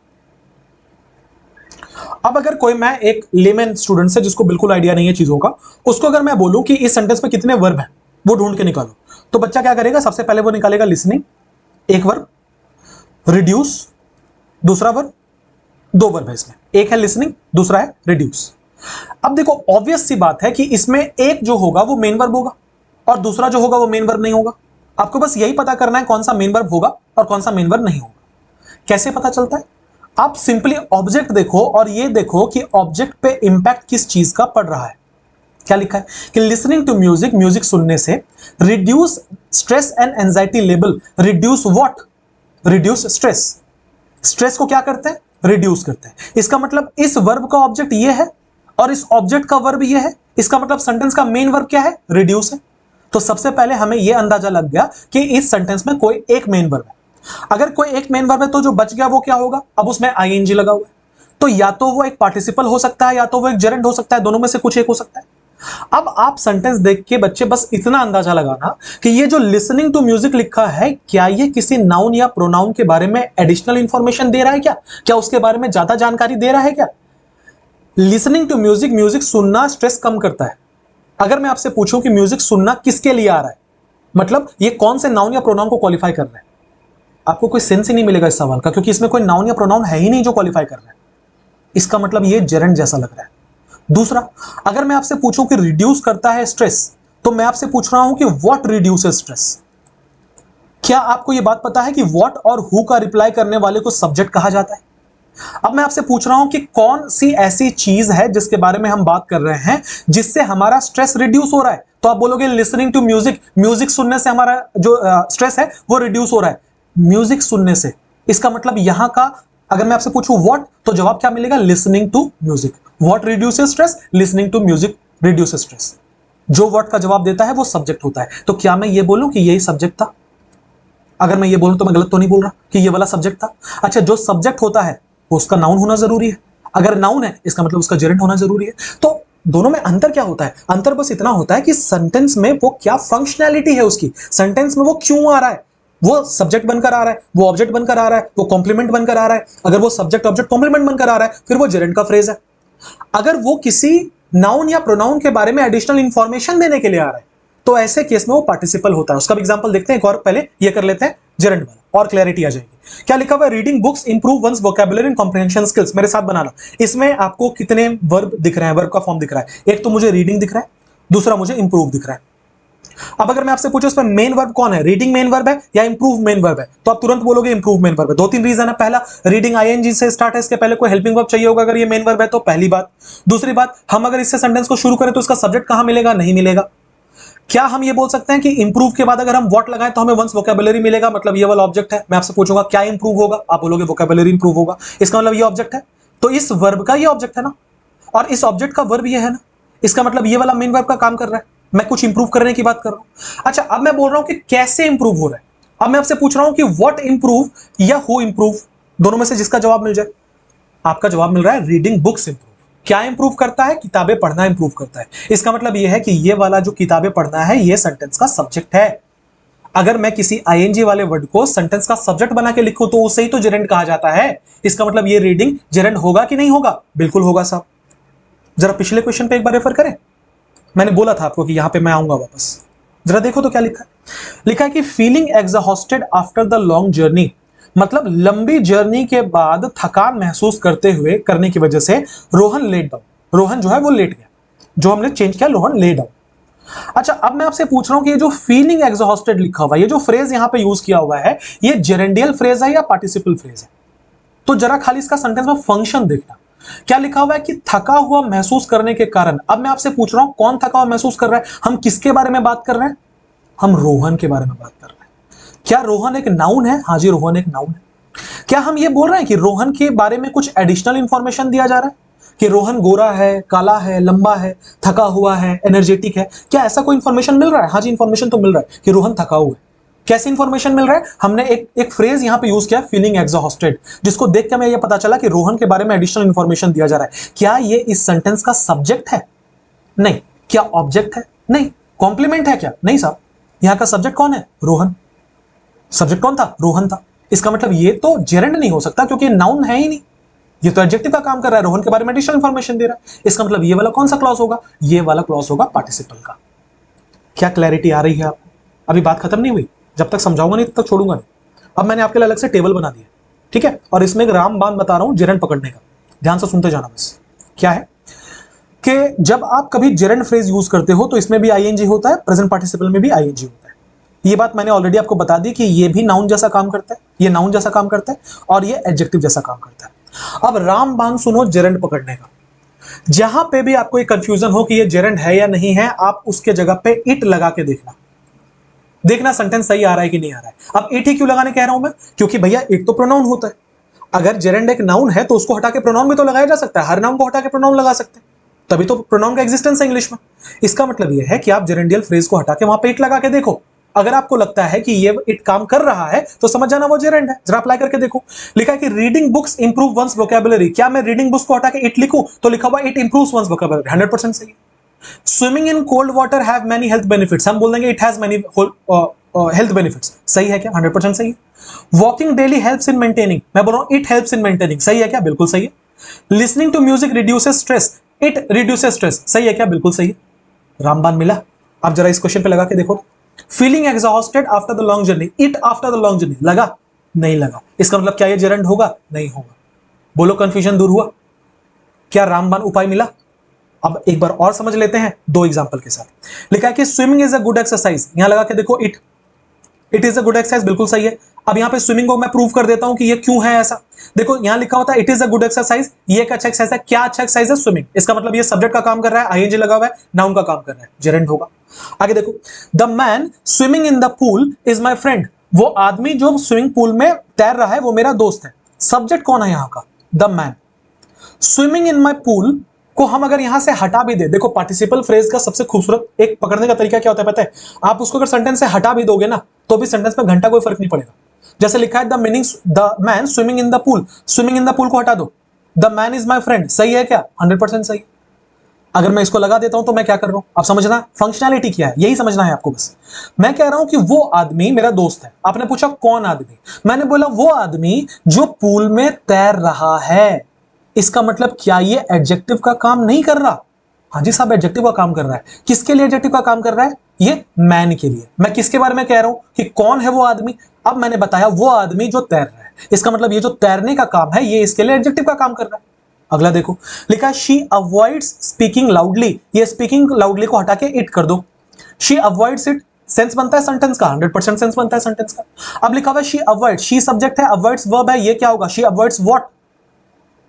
वो क्या अवॉइड करती है? जवाब है शी अवॉइड्स स्पीकिंग लाउडली। इसका मतलब क्या ये ऑब्जेक्ट का काम कर रहा है? हाँ जी, ऑब्जेक्ट का काम कर रहा है। इसका मतलब ये वाला जेरेंड होगा। अब आ जाओ, speaking loudly she made an announcement, जोर से बोलते हुए उसने एक अनाउंसमेंट किया। ये जोर से बोलते हुए किसको दर्शा रहा है? किसके बारे में बता रहा है? शी के बारे में बता रहा है। इसका मतलब ये वाला क्या था? प्रोनाउन था। इस प्रोनाउन को क्वालिफाई करने के लिए क्या हमने स्पीकिंग लाउडली का इस्तेमाल किया? हाँ जी किया है। अच्छा, अब दोनों चीजें अप्लाई करके देख लेते हैं। क्या यहां पे इट लगा के सेंटेंस सही होगा कि it she made an announcement? कोई सेंस नहीं है, मतलब ये जेरेंड नहीं है। दूसरा, मैंने पार्टिसिपल फ्रेज में क्या कहा? इसको हटा भी दोगे तो सेंटेंस सही लगेगा। चलो इसको हटा देते हैं, स्पीकिंग लाउडली हटा दिया, she made an announcement, sentence अपने आप में बिल्कुल कंप्लीट है। क्या अब आप अंतर कर पाओगे जेरेंड फ्रेज में और पार्टिसिपल फ्रेज में? मेरे हिसाब से जितने इंपॉर्टेंट पॉइंट्स थे मैंने आपको सब बता दिए। अब ये मत कहना कि सर दोनों को पहचानने में दिक्कत होती है। मैंने अपना 100% ट्राई किया कि मैं चीजों को आपको बेहतर तरीके से बता दूं। अब अगर आपको ये चीज पढ़कर मजा आ गया, पहली बार अगर आपने ऐसा पढ़ा, तो सब्सक्राइब कर देना भाई, शेयर कर देना चैनल को। अपने एंड से मैं बहुत मेहनत कर रहा हूं, मैं एक्सपेक्ट बस इतना करता हूं कि आपको सपोर्ट मिल जाए, ठीक है, बाकी आप समझदार हो, कर देना। आते हैं अब इसमें जो हमारा कोई सवाल था, लिखा है select the grammatically correct sentence, हमें ढूंढना था ग्रामेटिकली करेक्ट सेंटेंस कौन सा है इसमें से, ठीक है। सबका सब्जेक्ट क्या है, रीडिंग बुक्स मैंने बता दिया, swimming in cold water gerundial phrase है, walking daily health, walking daily, और लिसनिंग टू म्यूजिक। ये सारे के सारे सिंगुलर है ना। क्यों सिंगुलर है भाई साहब, क्योंकि किताबें पढ़ना एक आदत का नाम है, पानी में तैरना एक हरकत है, एक आदत है, वॉकिंग डेली एक आदत है, गाना सुनना एक हरकत है। इसका मतलब ये सारे के सारे सिंगुलर है। तो एक तो हमने अभी निश्चित किया कि ये सारे के सारे सब्जेक्ट होंगे, दूसरा हमने निश्चित किया कि ये सारे के सारे सब्जेक्ट हमेशा सिंगुलर होंगे। अगर ये सिंगुलर होंगे तो इसके साथ जो वर्ब लगेगा वो भी क्या होना चाहिए, सिंगुलर। तो आओ जरा पहले वर्ब ढूंढ लेते हैं। यहां इंप्रूव वर्ब है, यहां पे हैव वर्ब है, यहां पे हेल्प्स वर्ब है, यहां रिड्यूस वर्ब है। अच्छा, अगर हमें इसे सिंगुलर रखना है तो इंप्रूव होगा कि इंप्रूव्स होगा, इंप्रूव तो वर्ब का पहला फॉर्म होता है, ये तो प्लूरल होता है, तो ये तो करेक्ट सेंटेंस नहीं है। स्विमिंग सिंगुलर था, यहां हैज होना चाहिए था, करेक्ट सेंटेंस नहीं है। वॉकिंग डेली हेल्प्स सिंगुलर है, ये भी सिंगुलर है, सही लग रहा है। Listening to music reduce, reduce V1 है, ये तो प्लूरल होता है, रिड्यूसेस होना चाहिए था, तो ये भी सही नहीं है। आंसर कौन सा होगा, ऑप्शन नंबर सी होगा। आई होप ये क्वेश्चन भी क्लियर है आपको। काफी लंबा चौड़ा कॉन्सेप्ट हो गया क्वेश्चन नंबर 3 और 4 को मिला के, पर मैंने कोशिश की है कि दोबारा आपको और कोई सोर्स ना कंगालना पड़े, और अगर फिर से मैं जब एनालाइज कर रहा हूं सेट, तो ये क्वेश्चंस आए, अब आप समझ पाओ कि क्या हो रहा है। चलो, अब हमसे पूछा गया कि करेक्टली स्पेल्ड वर्ड ढूंढो इसमें से। फॉरसीएबल स्पेलिंग गलत है, फॉरसीएबल में डबल ई होता है। फैसिनेट, फैसिनेट बिल्कुल सही है, स्पेलिंग यही होता है, आंसर मिल गया, हमें करेक्टली स्पेल ढूंढना था। काउंटरफीट, काउंटरफीट में FEIT होता है, स्पेलिंग गलत है। कमेंट्री, कमेंट्री में TARY होता है, स्पेलिंग गलत है, आंसर कौन सा होगा, ऑप्शन नंबर डी। मैंने पहले भी बोला, मैं दोबारा बोलूंगा, जिनको करेक्टली स्पेल्ड रॉन्गली स्पेल्ड में दिक्कत होती है, आपके ऑब्जर्वेशन स्किल्स अच्छे नहीं है। जब भी कोई वर्ड मिलता है ना, उसको ऑब्जर्व करो, सिर्फ पढ़ो मत। जैसे इसको अगर आपने पढ़ा identify the word that is correctly spelled, तो इस बात का ध्यान रखना चाहिए आपको, ऑब्जर्वेशन आपकी इतनी स्ट्रांग होनी चाहिए कि इसमें 2 R होता है। आपको प्रैक्टिस करना पड़ेगा, कोई टीचर के पढ़ाने की चीज नहीं है, ठीक है। चलो आ जाओ, अब चूंकि डिफिकल्ट वर्ड आए हैं तो हमेशा की तरह मैं उसको अलग से एक्सप्लेन करूंगा। वर्ड है फॉरसीएबल, मीनिंग क्या होता है, एबल टू बी प्रिडिक्टेड और एंटिसिपेटेड। जिस चीज का अनुमान आप पहले लगा सकते हैं उसको फॉरसीएबल कहा जाता है। सिनोनिम क्या है, प्रिडिक्टेबल, एक्सपेक्टेड, प्रोबेबल। उल्टा क्या होगा, अनप्रिडिक्टेबल, अनसर्टेन, जो निश्चित ना हो। फैसिनेट का मतलब होता है मोहित कर देना, आकर्षित करना। जैसे कोई चीजें आपको फैसिनेट करती है ना, इंटरनेट फैसिनेट करता है, AI फैसिनेट करता है। फैसिनेट का मतलब एकदम अट्रैक्ट हो जाते हो बिल्कुल। तो स्ट्रांगली अट्रैक्ट और होल्ड समवन्स अटेंशन। सिनोनिम क्या होगा, कैप्टिवेट, एन्चांट, मेस्मेराइज। मार्क कर लेना, तीनों बहुत बार ऐसे ने रिपीट किया है। कैप्टिवेट मंत्रमुग्ध कर देना, एन्चांट बिल्कुल मंत्रमुग्ध कर देना, मेस्मेराइज, ठीक है। उल्टा क्या होगा, बोर या रिपेल। काउंटरफेट, नकली, नकली, फेक, नॉट जेन्युइन। आपने बहुत बार सुना होगा काउंटरफिट नोट्स, ये बहुत इस्तेमाल किया जाता है। काउंटरफिट का मतलब होता है ऐसी कोई भी चीज जो नकली है। अगर मैं काउंटरफिट नोट्स बोल रहा हूं कि एयरपोर्ट पे काउंटरफिट नोट्स पकड़े गए, इसका मतलब यह है कि वहां नकली नोट्स पकड़े गए। नकली को काउंटरफिट कहा जाता है, इसको फेक कहते हैं, फ्रॉडुलेंट कहते हैं, फॉर्ज्ड कहते हैं। एंटोनिम होता है जेन्युइन, ऑथेंटिक और रियल। आई होप ये तीनों वर्ड्स क्लियर हैं आपको। आगे बढ़ेंगे, फ्रेजल वर्ब का सवाल है। आपसे बोला गया है the meeting was called off due to unforeseen circumstances. Meeting को कॉल ऑफ कर दिया गया अनफॉरसीन सर्कमस्टांसेस की वजह से। कॉल ऑफ का मतलब होता है टू कैंसिल। तो लिखा है कि मीटिंग को कैंसिल कर दिया गया कुछ अनिश्चित सर्कमस्टांसेस की वजह से, कुछ फॉरसीन अनफॉरसीन सर्कमस्टांसेस की वजह से। क्या ये सेंटेंस सही है? मुझे तो बिल्कुल सही लग रहा है। आज ऑप्शन चेक करते हैं। Call out, call up, call in. जहां पे भी फ्रेजल वर्ब आता है मैं आपके लिए उसे अलग करके दिखा देता हूं ताकि आपको तकलीफ ना हो, साथ ही साथ में आपको स्लाइड्स भी मिल जाए। वर्ड क्या है, कॉल ऑफ। कॉल ऑफ का मतलब होता है टू कैंसल और पोस्टपोन समथिंग। किसी चीज को रद्द करना उसे कॉल ऑफ कहा जाता है। कैंसल, अबॉर्ट, विड्रॉ, ऑलरेडी मैं आपको समझा चुका। कॉल आउट का मतलब होता है, किसी को, बहुत इंपॉर्टेंट है, कॉल आउट का मतलब होता है किसी को पब्लिकली क्रिटिसाइज करना, किसी की निंदा करना, किसी को गालियां देनी, पब्लिकली खड़े होकर, उसे कॉल आउट कहा जाता है, ठीक है। चिल्लाना या आलोचना करना तो उसे शाउट कह सकते हैं, रिप्रीमांड कह सकते हैं, एक्सपोज कह सकते हैं। कॉल अप, कॉल अप का मतलब होता है किसी को कॉल करना, ठीक है, किसी को बुलाना, फोन करना, उसे कॉल अप कहा जाता है, ठीक है। क्या लिखा है, she called up her friend to discuss the assignment. उसने अपने दोस्त को कॉल किया ताकि वो असाइनमेंट डिस्कस कर सके। कॉल इन, कॉल इन का मतलब होता है किसी को मदद के लिए बुलाना, टू रिक्वेस्ट समवन्स प्रेजेंस और कंसल्टेशन, उसे कॉल इन कहा जाता है, ठीक है। लिखा है इनवाइट, समन या कंसल्ट। तो 4 फ्रेजल वर्ब्स आए हैं, आंख आप बंद करेंगे, मेरी बात ध्यान से सुनेंगे। कॉल ऑफ कैंसिल करना, कॉल आउट पब्लिकली क्रिटिसाइज करना, कॉल अप कॉल करके बुलाना मतलब फोन कॉल करना, कॉल इन किसी को याद करना या किसी को मदद के लिए पुकारना। फिर से कॉल ऑफ कैंसिल करना, कॉल आउट किसी को पब्लिकली क्रिटिसाइज करना, कॉल अप फोन करना, कॉल इन मदद के लिए बुलाना। फिर से कॉल ऑफ कैंसिल करना, कॉल आउट किसी की आलोचना करना, कॉल अप कॉल करना, कॉल इन किसी को बुलाना सहायता के लिए। चारों बड़े इंपॉर्टेंट है, तो चारों को मैंने समझा दिया। वापस आऊंगा क्वेश्चन पे। लिखा है the meeting was called off due to unforeseen circumstances. Meeting को कॉल ऑफ कर दिया गया कुछ अनफॉरसीन सर्कमस्टांसेस की वजह से। कॉल ऑफ का मतलब क्या भैया, क्या कर दिया गया, उसको कैंसिल कर दिया गया। क्या कैंसिल का सेंस था? हाँ जी बिल्कुल सेंस था। आंसर कौन सा होगा? Option number D. आगे बढ़ेंगे। अगला वर्ड है they seem destitute of ordinary human feelings. देखो डेस्टिट्यूट का एक वर्ड में अगर मैं आपको हिंदी मतलब बता दूं तो गरीब को डेस्टिट्यूट कहा जाता है। आपसे पूछा गया था इसका सिनोनिम बताइए। सिनोनिम का मतलब है इसमें से कौन सा ऐसा वर्ड है जो कि एग्जैक्ट सेम मीनिंग दे रहा है। मैंने क्या बोला? गरीब। So poor, unwilling, boastful, illusion. Answer कौन सा होगा? आंसर होगा ऑप्शन नंबर ए, पुअर। लेकिन जहां भी वोकैब का सवाल आता है मैं उसको अलग से स्लाइड करके बता देता हूं। अच्छा ये स्लाइड्स ना आपको टेलीग्राम चैनल पे मेरे मिल जाएंगे, ठीक है? जिस दिन ये वीडियो जाएगा उसी रात के 10 बजे तक आपको ये टेलीग्राम पे मिल जाएगा। मैंने प्रीवियस 2 जो पीडीएफ थे उसको भी मैंने बोला था मैं टेलीग्राम पे डाल दूंगा, but due to some unfortunate circumstances मैं बिजी हो गया, मैं नहीं डाल पाया, ठीक है? अब मैं क्या करूंगा कि मैं ये तीनों के तीनों जो पीडीएफ है ना, मॉक टेस्ट 3, 4 एंड 6, मैं तीनों साथ में डाल दूंगा, ठीक है? ये आपको रात 10 बजे तक आज मिल जाएंगे। वहां से आप इसका नोट्स बना सकते हो या आप रिवीजन के लिए, रेफरेंस के लिए रख सकते हो। डेस्टिट्यूट क्या होगा? अब टेलीग्राम चैनल का लिंक आपको डिस्क्रिप्शन में मिल जाएगा, ठीक है? डेस्टिट्यूट क्या है? Extremely poor, completely lacking something. कोई ऐसी चीज जो बहुत, कोई ऐसा व्यक्ति जो बहुत ही निर्धन हो, बिल्कुल पैसे नहीं हो, उसे डेस्टिट्यूट कहा जाता है। वर्ड क्या है इसके लिए? सिनोनिम क्या होता है? इम्पोवरिस्ड, ये बहुत बार पूछा गया, बड़ा इंपॉर्टेंट है। डिप्राइव्ड, जिससे कोई कुछ वंचित हो, जो किसी चीज से ना सुविधाओं से वंचित हो, उसे डिप्राइव्ड कहा जाता है। इम्पोवरिस्ड या डिप्राइव्ड कह सकते हैं। उल्टा क्या होगा? अमीर, वेल्दी, रिच, प्रोस्पेरस। अनविलिंग, जो किसी चीज के लिए रेडी ना हो। विलिंग मतलब होता है तैयार हो, अनविलिंग मतलब जो तैयार ना हो, नॉट रेडी और incline to do something. Reluctant, hesitant, resistant, इन सबको बोल सकते हैं।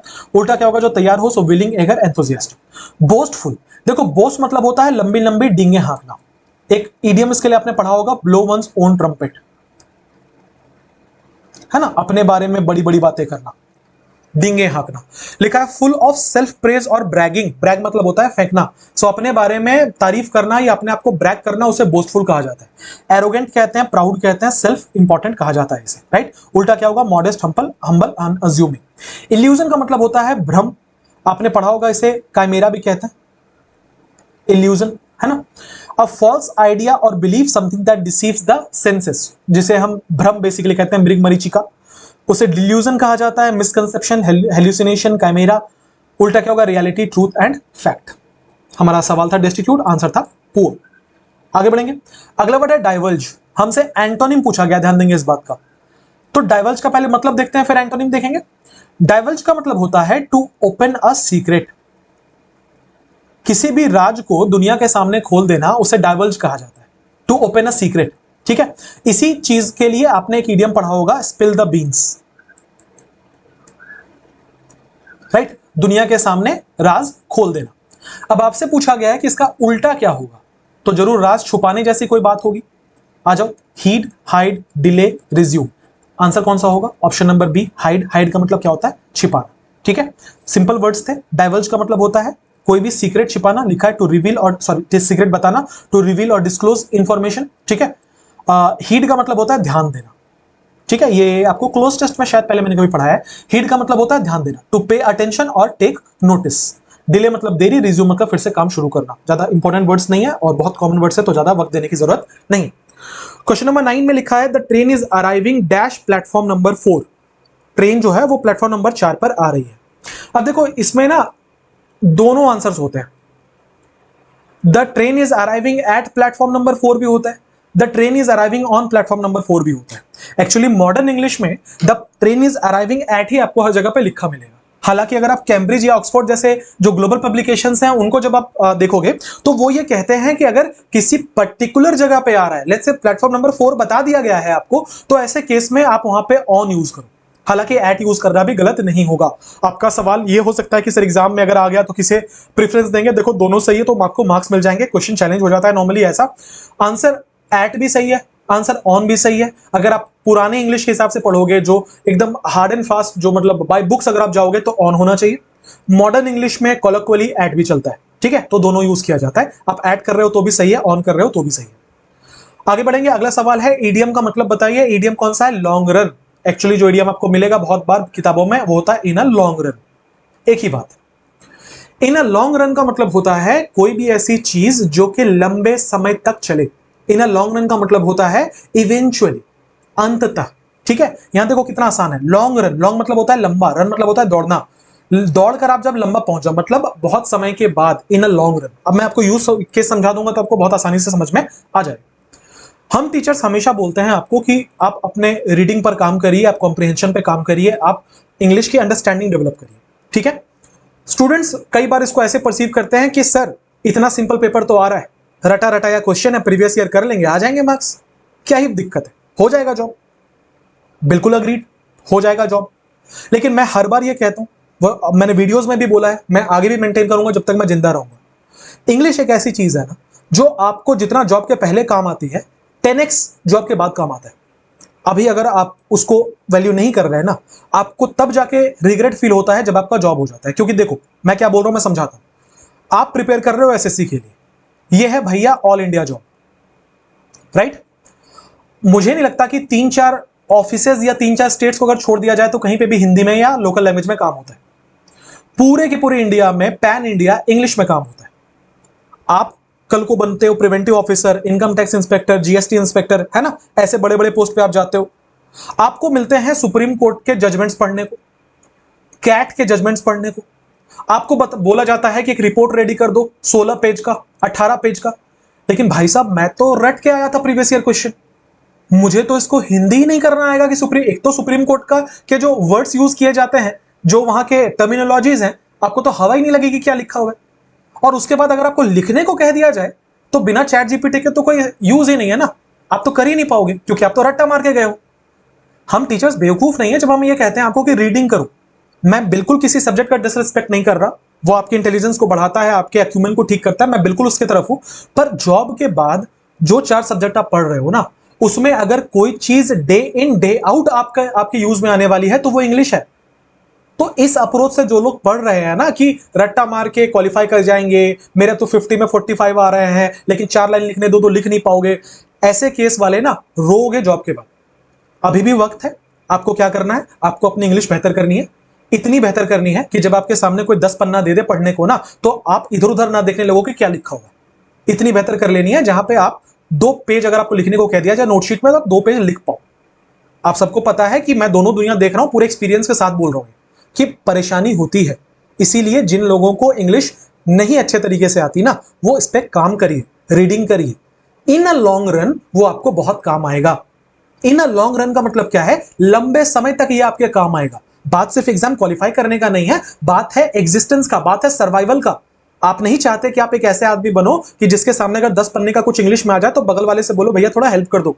आप ऐसे इंसान नहीं बनना चाहते ना, तो अपने ऊपर काम करो, इंग्लिश के कॉम्प्रिहेंशन को इंप्रूव करो। ठीक है, तो क्या करना है आपको, इन लॉन्ग रन वो काम आएगा। लॉन्ग रन का मतलब है अंततः आपके काम आएगा, इवेंचुअली आपके काम आएगा। आगे बढ़ेंगे, अगला सवाल है identify the segment in the sentence that contains grammatical errors. वो सेगमेंट ढूंढिए जिस सेगमेंट में कोई ग्रामेटिकल एरर है। लिखा हुआ है कि नीदर ऑफ द प्लेयर्स, क्या लिखा हुआ है, नीदर ऑफ द प्लेयर्स। इसे नाइदर भी पढ़ते हैं, नीदर भी पढ़ते हैं, घबराना मत, सेम बात है। ये रूल आपने पढ़ा है कि आइदर, नाइदर, ईच, एवरी, ये सारे के सारे सिंगुलर होते हैं। साथ ही आपने ये रूल भी पढ़ा होगा कि अगर इनके साथ आप ऑफ लगा दो तो आगे का नाउन प्लूरल हो जाएगा। ये तो रटा रटाया है बिल्कुल। और उसके बाद का जो वर्ब होगा वो क्या हो जाएगा, सिंगुलर हो जाएगा। तो फॉर्म कैसे चलेगा, फॉर्म चलेगा नाइदर या नीदर ऑफ द प्लेयर्स। यहां पे प्लेयर्स लिखना जरूरी है क्योंकि नाउन हमेशा प्लूरल होगा। तो लिखा हुआ है neither of the players were able to, तो भैया यहां वर नहीं होगा, क्या होगा, यहां पे वॉज होगा। क्यों, क्योंकि मैंने क्या बोला, नीदर ऑफ से अगर शुरू होगा तो आगे का नाउन होगा प्लूरल, वर्ब होगा सिंगुलर। तो यहां पे वर्ब होना चाहिए, क्या लिखा हुआ है, वर, क्या होगा, was. Neither of the players was able to. Clear है, आगे बढ़े। अगला वर्ड है हेरेटिक। इसका हमें सिनोनिम ढूंढना है। तो अगर हम हेरेटिक का मतलब समझ लें तो सिनोनिम ढूंढ लेंगे आराम से। हेरेटिक का मतलब क्या होता है? देखो, हेरेटिक का बेसिकली मतलब होता है कोई भी ऐसा व्यक्ति जो के जितने भी रिलीजियस बिलीफ्स हैं, है ना, जितने भी हमारे रिलीजियस बिलीफ्स हैं, जो भी नियम कानून है हमारे रिलीजन के, उनको नहीं मानता।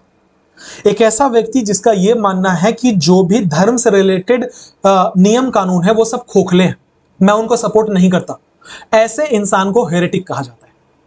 अब आपसे पूछा गया है कि इसका सिनोनिम बताइए, तो हेरेटिक का मतलब होता है जो रिलीजियस बिलीफ को डिसरेस्पेक्ट करे, तो ये नेगेटिव कोनोटेशन का वर्ड है। अब अगर हमसे ये बोला जाए कि इसका सिनोनिम ढूंढिए, तो डेफिनेटली हम एक ऐसा ऑप्शन ढूंढेंगे जो नेगेटिव कोनोटेशन का होगा। आइए, नेगेटिव का तो सिनोनिम नेगेटिव होना चाहिए। फेथफुल, जिसे भरोसा हो, नेगेटिव है क्या? नहीं, पॉजिटिव है। लॉयलिस्ट, यकीन रखने वाला, पॉजिटिव है। सिनिक, शक करने वाला, नेगेटिव है। राइटियस, जो मोरली करेक्ट हो, जो मोरली करेक्ट हो, बिल्कुल नैतिक इंसान, राइटियस, ये तो पॉजिटिव है। आंसर कौन सा होगा? ऑप्शन नंबर सी होगा। बोलो क्लियर है या नहीं? अब कुछ डिफिकल्ट वर्ड आए हैं तो मैंने उनको अलग करके लिख दिया है, आओ जरा इनको समझते हैं। क्या लिखा हुआ है? हेरेटिक। हेरेटिक का मतलब क्या बोला मैंने? अ पर्सन हु रिजेक्ट्स और अपोजेस एस्टैब्लिश्ड बिलीव्स, जो नियम कानून के विपरीत काम करता हो उसे हेरेटिक कहा जाता है। इसके लिए एक वर्ड यूज किया जाता है, नन कन्फॉर्मिस्ट। ये वर्ड एसएससी का बड़ा फेवरेट है, कन्फॉर्मिस्ट। कन्फॉर्मिस्ट वर्ड को कन्फॉर्म वर्ड से याद रखना। कन्फॉर्म का मतलब होता है जो नियम कानून माने, जो कन्फर्म हो नियम कानून को लेके, वो कन्फर्म करता है उनको। सो कन्फॉर्मिस्ट जो नियम कानून मानता है, नॉन कन्फॉर्मिस्ट जो नियम कानून नहीं मानता है। Rebel, डिसेंटर, scenic. सिनिक मतलब होता है शक्की, जो सब पे शक करे। देख लो, सेकंड वर्ड वही है, अ पर्सन हु डाउट्स और डिस्ट्रस्ट एक्सेप्टेड बिलीफ्स। एक ऐसा व्यक्ति जो हर चीज पे संदेह करे। इसके लिए एक वर्ड बहुत यूज किया जाता है, एसएससी बहुत पूछती है, स्केप्टिक। स्केप्टिक का मतलब होता है हर चीज को शक के नजर से देखने वाला, उसे सिनिक कहा जाता है। स्केप्टिक, डाउटर, पेसिमिस्ट, इसका सिनोनिम होगा एंटोनिम आइडियलिस्ट, बिलीवर। राइटियस मैंने क्या बोला? मोरली करेक्ट, मोरली राइट इंसान, एक ऐसा व्यक्ति जो नैतिकता से बिल्कुल सही हो। सिनोनिम क्या होगा? मोरल होगा, जस्ट होगा, वर्चुअस होगा। उल्टा क्या होगा? विकेड होगा, सिंफुल होगा, बदनाम, खराब। आगे बढ़ेंगे। देखा, select the most appropriate antonym of the underline word in the given in the following sentence. हमें एक जो वर्ड दिया है, अंडरलाइन वर्ड है ओबीज। हमसे पूछा गया है ओबीज वर्ड का एंटोनिम बताइए। ध्यान दीजिएगा, एंटोनिम पूछा गया है। ओबीज का मतलब क्या होता है? ओबीज का मतलब होता है मोटा, एक्सेसिवली फैट। तो लिखा है यहां पे कि एक्सेसिवली फैट का अगर हम एंटोनिम देखें तो क्या होगा? आइए जरा देखते हैं एंटोनिम क्या होगा। ऑर्डिनरी, साधारण। मोटा का उल्टा साधारण नहीं। स्किनी, पतला। मोटा का उल्टा पतला, हाँ जी हो सकता है। एक्टिव, एक्टिव मतलब लाइवली, फुल ऑफ एनर्जी। मोटा का उल्टा होगा क्या? नहीं। ऑनेस्ट, ईमानदार, नहीं। आंसर कौन सा होगा? Option number B. अगला, there is a dash shortage of fuel. There is a dash shortage of fuel, बहुत ज्यादा कमी है फ्यूल की। शॉर्टेज क्या है भाई साहब? नाउन है। तो इस ब्लैंक में क्या होना चाहिए था? एडजेक्टिव होना चाहिए था। मैं क्या कह रहा हूं कि बहुत ज्यादा शॉर्टेज है फ्यूल की या बहुत कम शॉर्टेज है फ्यूल की, यही दो चीजें हो सकती है। मैं बहुत ज्यादा बोलूं या मैं बहुत कम बोलूं, दोनों एडजेक्टिव है। इसका मतलब शॉर्टेज के आगे अगर कोई ब्लैंक है तो यहां कोई एडजेक्टिव होना चाहिए था। आइए जरा, वर्ड लिखा हुआ है सेवर। सेवर एक वर्ब होता है, इसका मतलब होता है किसी के शरीर का कोई अंग काट के अलग कर देना। क्या बोला मैंने? किसी के शरीर का कोई अंग काटकर अलग कर देना, उसे सेवर कहा जाता है। क्या यहां पे हम वर्ब लगाएंगे? नहीं, हमें एडजेक्टिव चाहिए था। सीवियर, सीवियर मतलब होता है एडजेक्टिव, जिसे हम भयंकर कहते हैं, है ना। देयर इज अ भयंकर शॉर्टेज ऑफ फ्यूल, ये तो हो सकता है। There is a severe shortage of fuel, बहुत ज्यादा कमी है फ्यूल की, ये तो हो सकता है। सीवियर तो ठीक लग रहा है। शिवर, शिवर एक नाउन होता है, इसका मतलब होता है नली, हमें यहां नाउन नहीं चाहिए था। सेवियर, सेवियर मतलब होता है एक ऐसा व्यक्ति जो दूसरों की जान बचाए, सैमरिटन जिसे कहते हैं, है ना। जैसे फिल्मों में होता है ना कि विलेन ने घेर लिया है, हीरो बनकर आया सेवियर। सेवियर मतलब बचाने वाला व्यक्ति, ये नाउन होता है, हमें एडजेक्टिव चाहिए था। एक ही आंसर हो सकता है, कौन सा? सेवियर। आ जाओ, सेवा का मतलब मैंने बताया क्या? किसी के शरीर के अंग को काटकर अलग कर देना। सीवियर, सीवियर का मतलब क्या होता है? वेरी इंटेंस, सीरियस और एक्सट्रीम। हार्श, एक्सट्रीम, इंटेंस इसका सिनोनिम होगा। सीवा का मतलब होता है नली। सेवियर मतलब होता है जो दूसरों की जान बचाए। रेस्क्यूअर, प्रोटेक्टर, डिलीवरर, सैमरिटन, ये सब इसके सिनोनिम हो सकते हैं। क्लियर? आगे बढ़े, क्वेश्चन नंबर 15 लिखा है कि एक ऐसा व्यक्ति जो बिना वसीयत बनाए मर जाए, वैसे व्यक्ति को क्या कहा जाता है? A person who dies without a will is called intestate, irreverent, testate and inventory. Answer है ऑप्शन नंबर ए, इंटेस्टेट। मान लो मेरे पास बहुत प्रॉपर्टी है और मैं ये बिना निश्चित किए मर गया कि मेरे कौन से बेटों को, मान लो मेरे 4 बेटे हैं, मेरे कौन से बेटे को कितना प्रॉपर्टी मिलेगा, अगर मैं ये लिखे बिना मर गया तो मैं इंटेस्टेट कहलाऊंगा। अगर मैं ये लिख के मरा तो मैं टेस्टेट कहलाऊंगा। ये दोनों वर्ड एक दूसरे के एंटोनिम्स हैं, ठीक है। सो इंटेस्टेट जो बिना वसीयत बनाए मर गया, टेस्टेट जो वसीयत बनाकर मरा। अब आपके दिमाग में सवाल आ रहा होगा कि सर बिना वसीयत बनाए मर गया, ऐसा कैसे हो सकता है? होता है ना कि बिना लिखे मर गया कि उसकी जमीन कौन से बेटे को मिलेगी। फिर चारों बच्चे आपस में कोर्ट में लड़ते हैं या फिर सलाह मशवरा कर आपस में बांट लेते हैं, उसे इंटेस्टेट कहा जाता है, जो बिना वसीयत बनाए मर जाए। अच्छा, अगला वर्ड है इर्रिवरेंट, काफी फेवरेट वर्ड है एसएससी का। देखो, इर्रिवरेंट वर्ड बनकर आया है रिवरेंट से। रेवरेंट वर्ड को आपने पढ़ा होगा रेवर से। रेवर मतलब होता है किसी की रेस्पेक्ट करना, ठीक है। इसको मैं अक्सर अपने क्लासेस में याद कराता हूं रिवर वर्ड से। हम सबका इंडियन कल्चर ये है कि हम नदी को माता मानते हैं, नदी को पवित्र मानते हैं। इसका मतलब रिवर को हम रेस्पेक्ट करते हैं। सो अगर हम रिवर को रेस्पेक्ट करते हैं तो रिवर को रेवर किया जाता है, रिवर को रेवर किया जाता है, रिवर को रेवर किया जाता है। तो रेवर का मतलब होता है टू रेस्पेक्ट। रेवर से बना रेवरेंट। रेवरेंट मतलब होता है किसी के सम्मान के लायक। उसी के आगे आईआर लगा दिया, नेगेटिव कर दिया उसे। इर्रिवरेंट मतलब जिसका सम्मान के लायक ना हो, उसे इर्रिवरेंट कहा जाता है। क्या आप कनेक्ट कर पाए?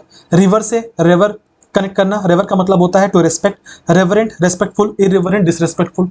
कनेक्ट कर पाए क्या? इन्वेंटरी, किसी भी फैक्ट्री के में रखने की जगह उसे इन्वेंटरी कहा जाता है। आओ जरा वर्ड्स यहां पे देख लेते हैं। इंटेस्टेट मैंने क्या बोला था? जो बिना वसीयत बनाए मर जाए। इर्रिवरेंट, किसी को रेस्पेक्ट की कमी, lack of respect secret things के लिए। His irreverent comments offended many people, उसने जो बदतमीजी, जो अनादरपूर्ण कमेंट्स किए थे, उससे बहुत सारे लोगों को बुरा लगा है। इर्रिवरेंट का मतलब क्या होता है? अनादरपूर्ण या असिस्ट, ठीक है। टेस्टेट मैंने बता दिया, जो लीगल विल बनाकर मरे। इन्वेंटरी, जो किसी भी फैक्ट्री में जो सामान बनाए जा रहे हैं उनके डिटेल्ड लिस्ट को इन्वेंटरी कहा जाता है, जिसे हम कैटलॉग भी कहते हैं। क्लियर? आगे बढ़े। क्वेश्चन नंबर 16 लिखा है, he manage to pass the exam by the skin of his teeth. मतलब यह है कि उसने एग्जाम पास किया, बाल बाल बचा। By the skin of his teeth, देखो कितना आसान इडियम है। By the skin of one's teeth का मतलब क्या होगा? हमारे दांत में क्या स्किन होता है? नहीं होता। तो अगर मैं कह रहा हूं कि दांत की चमड़ी से बच गया, तो इसका तो यही मतलब होगा ना कि मैं बाल बाल बच गया। कि अगर होता भी होगा तो कितना पतला होता होगा, सोचो। तो बाल बाल बचना, इसके लिए एक और इडियम यूज किया जाता है, क्लोज शेव। ये इडियम यूज किया जाता है। इसे हम कहते हैं बहुत मुश्किल से किसी काम का होना, बाल बाल बच जाना। आ जाओ, कौन सा सेंस दे रहा है? To pass with great difficulty हो सकता है। टू फेल डिस्पाइट ट्राइंग, ये नहीं होता, बाल बाल बचना होता है, फेल होना नहीं। टू अचीव सक्सेस एफर्टलेसली, बिना मेहनत के पा जाना, ये तो उल्टा हो जाएगा। To cheat in an exam, cheat करना नहीं, आंसर एक ही होगा, to pass with great difficulty. आगे बढ़ेंगे। अगला वर्ड है, select the word which means the same as group of given words given. एक ऐसा वर्ड चुनिए जिसका वही मतलब है जो वर्ड्स यहाँ पे लिखे हुए। लिखा है, पर्सन विदाउट होम, जॉब और प्रॉपर्टी। एक ऐसा व्यक्ति जिसके पास घर नहीं है, जॉब नहीं है, प्रॉपर्टी नहीं, उसे क्या कहते हैं? क्या उसे नार्सिसिस्ट कहा जाता है, डेरिलिक्ट कहा जाता है, आइकोनोक्लास्ट कहा जाता है, या इम्प्रेग्नेबल कहा जाता है? चारों वर्ड्स एसएससी के बड़े फेवरेट है, तो मैं अलग से स्लाइड बना के इसको समझा दूंगा। पहले एक बार मैं यहाँ क्लियर किए देता हूँ। नार्सिसिस्ट का मतलब होता है एक ऐसा व्यक्ति जो बड़ा सेल्फ सेंटर्ड है। कहने का मतलब है एक ऐसा व्यक्ति जो अपना फेवरेट है ना। बहुत सारे लोग होते हैं ना जो केवल अपने बारे में बात करना पसंद करते हैं, अपने अचीवमेंट्स गिराना पसंद करते हैं। ऐसे लोगों को नार्सिसिस्ट कहा जाता है, जो आत्ममुग्ध है, अपने आप से एक्सट्रीम प्यार करता है। डेरिलिक्ट का मतलब होता है कोई भी फक्कड़ इंसान, एक ऐसा इंसान जिसके पास पैसे नहीं है, प्रॉपर्टी नहीं है, कुछ भी नहीं, ऐसे इंसान को डेरिलिक्ट कहा जाता है। आइकोनोक्लास्ट वही व्यक्ति है जो हमने पहले पढ़ा था, जो समाज के नियम कानून नहीं मानता। एक ऐसा व्यक्ति जिसका अपना जीने का तरीका है, जिसे हम बोहेमियन भी कहते हैं। बोहेमियन भी कहते हैं, ये बोहेमियन भी कहलाता है, कुछ कुछ हेरेटिक जैसा भी होता है। इसका मतलब होता है एक ऐसा व्यक्ति जो नियम कानून नहीं मानता समाज के, उनको तोड़कर उनसे आगे बढ़ता है ना। खास करके रिलीजियस सेंटिमेंट्स ना मानता हो, ऐसे इंसान को आइकोनोक्लास्ट कहा जाता है। इम्प्रेग्नेबल, एक ऐसा व्यक्ति जो गलती ना करे, एक ऐसा व्यक्ति जो अचूक हो, उसे इम्प्रेग्नेबल कहा जाता है। आइए डिटेल में एक बार और समझते हैं। डेरिलिक्ट का मतलब होता है एक ऐसा व्यक्ति जिसके पास घर ना हो, जॉब ना हो, प्रॉपर्टी ना हो, बेघर। सिनोनिम क्या होगा? होमलेस हो सकता है, वेगबॉन्ड हो सकता है, डेस्टिट्यूट हो सकता है। एंटोनिम क्या होगा? सेटल्ड होगा, हाउस्ड होगा, प्रोस्पेरस होगा। नार्सिसिस्ट क्या होता है? एक ऐसा व्यक्ति जो एक्सट्रीम सेल्फ लव और एडमिरेशन में हो, एक ऐसा व्यक्ति जो बिल्कुल आत्ममुग्ध हो, उसे नार्सिसिस्ट कहा जाता है। सिनोनिम क्या होगा? इगोइस्ट कह सकते हैं, सेल्फ ऑब्सेस्ड कह सकते हैं, वेन कह सकते हैं, है ना, वेन मतलब घमंडी होता है। उल्टा क्या होगा, हम्बल, सेल्फलेस, मॉडेस्ट।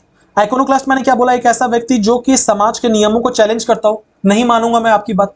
रेबेल है, नन कॉन्फॉर्मिस्ट है, अभी समझाया था कॉन्फॉर्मिस्ट नन कॉन्फॉर्मिस्ट। रिवोल्यूशनरी है, इम्प्रेग्नेबल जिसे हराना बहुत मुश्किल हो, अचूक हो, बिल्कुल अभेद हो, अजेय हो। इनविंसिबल कहा जाता है, इनडेस्ट्रक्टिबल कहा जाता है, अनबिटेबल कहा जाता है, उसे इम्प्रेग्नेबल कहते हैं। ठीक है, चारों वर्ड्स बड़े अच्छे हैं। आगे बढ़ते हैं, क्वेश्चन नंबर 18 पर आते हैं। सेंटेंस रीअरेंजमेंट का सवाल है, 4 ऑप्शंस है। हम क्या करेंगे, पहले आराम से समझेंगे फिर इसको अरेंज करेंगे। ए में लिखा है social media allows users to share content and connect with others. Social media allow करती है यूजर्स को कि वो एक दूसरे से कंटेंट शेयर करें और एक दूसरे से कनेक्ट करें। बी में लिखा है however excessive use can lead to addiction and anxiety. हालांकि अगर आप ज्यादा इस्तेमाल करोगे तो उससे आपका एडिक्शन भी होगा और आपको एंजाइटी भी होगी। सी में लिखा है social media has become a key part of modern life. Social media जो है वो मॉडर्न लाइफ का एक की पार्ट बन गया है। डी में it has made information access and communication easier. ये इंफॉर्मेशन को ये बहुत आसान कर देता है, इंफॉर्मेशन तक पहुंचना और कम्युनिकेशन को बहुत आसान कर दिया है इसने। मैंने इस क्यूइंग यूट्यूब चैनल पे अभी तक कम से कम 5 से 6 वीडियोस डाले हैं पीक्यूआरएस वाले अरेंजमेंट के, कुछ बहुत डिफिकल्ट, कुछ बहुत आसान। उससे बार बार मुझे कमेंट आता है कि सर बहुत आसान हो गया, इसे ऐसा मैंने कभी पहले नहीं पढ़ा था ये तरीका। क्योंकि मैं जो तरीका आपको बता रहा हूं ये तरीका आपके लिए 100% काम करेगा और साथ ही साथ में ये बहुत समय बचाएगा आपका। आपको क्या करना है, जो बच्चे नए हैं मैं उनके लिए बोल रहा हूं, आपको क्या करना है साहब कि आपको सिर्फ इसमें पेयरिंग करनी है। ठीक है, अगर आपको पेयरिंग मिल गया तो बात वहीं आधी खत्म हो जाती है, फिर आप ऑप्शन से एलिमिनेट कर सकते हो। अगर पेयरिंग नहीं मिला तो फिर एक एक करके हमें ऑप्शन एलिमिनेट करना पड़ेगा। सबसे पहले देखते हैं इसका पूरा सेंस क्या था। पॉजिटिव नेगेटिव पकड़ेंगे तो काम आसान हो जाएगा। क्या लिखा हुआ है, सोशल मीडिया अलाउ करता है कंटेंट को शेयर करना, यह सोशल मीडिया के बारे में पॉजिटिव बात है। हाउएवर, मार्क कीजिएगा हाउएवर वर्ड को। हाउएवर का मतलब होता है हालांकि। इसका इस्तेमाल कहां किया जाता है, जहां पे आप पॉजिटिव नेगेटिव को आपस में कनेक्ट करते हो, मतलब कॉन्ट्रास्टिंग चीजों को जब आप आपस में कनेक्ट करोगे तो ऐसे केस में हाउएवर का इस्तेमाल किया जाता है ना। कि मैंने बहुत पढ़ाई की थी, I worked a lot, however I couldn't qualify. मैंने बहुत मेहनत की थी लेकिन फिर भी मैं क्वालिफाई नहीं कर पाया। तो एक कॉन्ट्रास्टिंग बात है ना। एक तरफ मैं कह रहा हूं मैंने बहुत मेहनत की थी, पॉजिटिव बात, हाउएवर मैं नहीं पास कर पाया, नेगेटिव बात। तो कॉन्ट्रास्टिंग चीजों को जोड़ने के लिए हाउएवर का इस्तेमाल किया जाता है। क्या लिखा हुआ है, however excessive use can lead to addiction and anxiety. ज्यादा इस्तेमाल आपको एडिक्शन और एंजाइटी दे सकती है, नेगेटिव बात है। Social media has become a key part of modern life, positive बात है। It has made information access and communication easier, positive बात है। तो अगर मैं आपसे पूछता कि इसमें पेयरिंग करनी हो तो आप किसका किसका पेयरिंग करोगे, तो आप आराम से आप कह सकते हो कि ए, सी और डी साथ में होगा और बी जो है ये इन सबसे अलग होगा क्योंकि बी नेगेटिव था। अच्छा, अगली बात ये भी है कि हम बी से शुरू नहीं करेंगे, ना ही हम बी को बीच में डाल सकते हैं क्योंकि अभी आपने बोला कि ए, सी और डी का कॉम्बिनेशन साथ में बनेगा। हम बी से शुरू कर नहीं सकते क्योंकि हाउएवर लिखा हुआ है। हमने पहले कुछ कहा होगा तब तो हम हाउएवर यूज करेंगे। मैंने बहुत मेहनत की फिर भी मैं फेल हो गया, ये फिर भी हम स्टार्ट थोड़ी ना कर सकते इससे। इसका मतलब यह है कि बी आखिर में जाएगा। तो हम एक ऐसा ऑप्शन ढूंढ रहे हैं जिसमें ए, सी और डी किसी भी ऑर्डर में पहले हो और बी लास्ट में हो। तो मोटा मोटा बात यह है कि बी पे आके खत्म हो जाना चाहिए अरेंजमेंट। लास्ट वाला पकड़ना, डी है नहीं हो सकता, ए है नहीं हो सकता, ए है नहीं हो सकता, बी है आंसर होगा। बोलो समझ पाएगी नहीं समझ पाए। आगे बढ़े, क्वेश्चन नंबर 19 पे आएंगे। लिखा है कि Amy couldn't handle the job alone. हमें क्या करना है भैया, हमें इसका वॉइस चेंज करना है। तो लिखा हुआ है कि Amy could not handle. Form क्या बन रहा है, ये फॉर्म बन रहा है मॉडल प्लस बेस फॉर्म का। तो जब हम मॉडल प्लस बेस फॉर्म को चेंज करते हैं पैसिव में तो क्या बनता है, model plus B plus V3। यही बनता है ना, model plus B plus V3। तो कुडंट होना चाहिए, फिर बी होना चाहिए, फिर हैंडल्ड होना चाहिए, couldn't be handled. Couldn't have been कहां से आया, गलत है। कुड बी, नॉट कहां गया, नहीं हो सकता। कुड नॉट हैंडल, बी कहां गया, नहीं है। आंसर कौन सा होगा, ऑप्शन नंबर ए।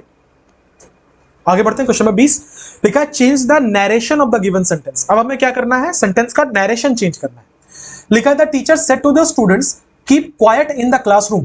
लिखा है कीप क्वाइट, ये एक इंपेरेटिव सेंटेंस का एग्जांपल हो सकता है कि नहीं।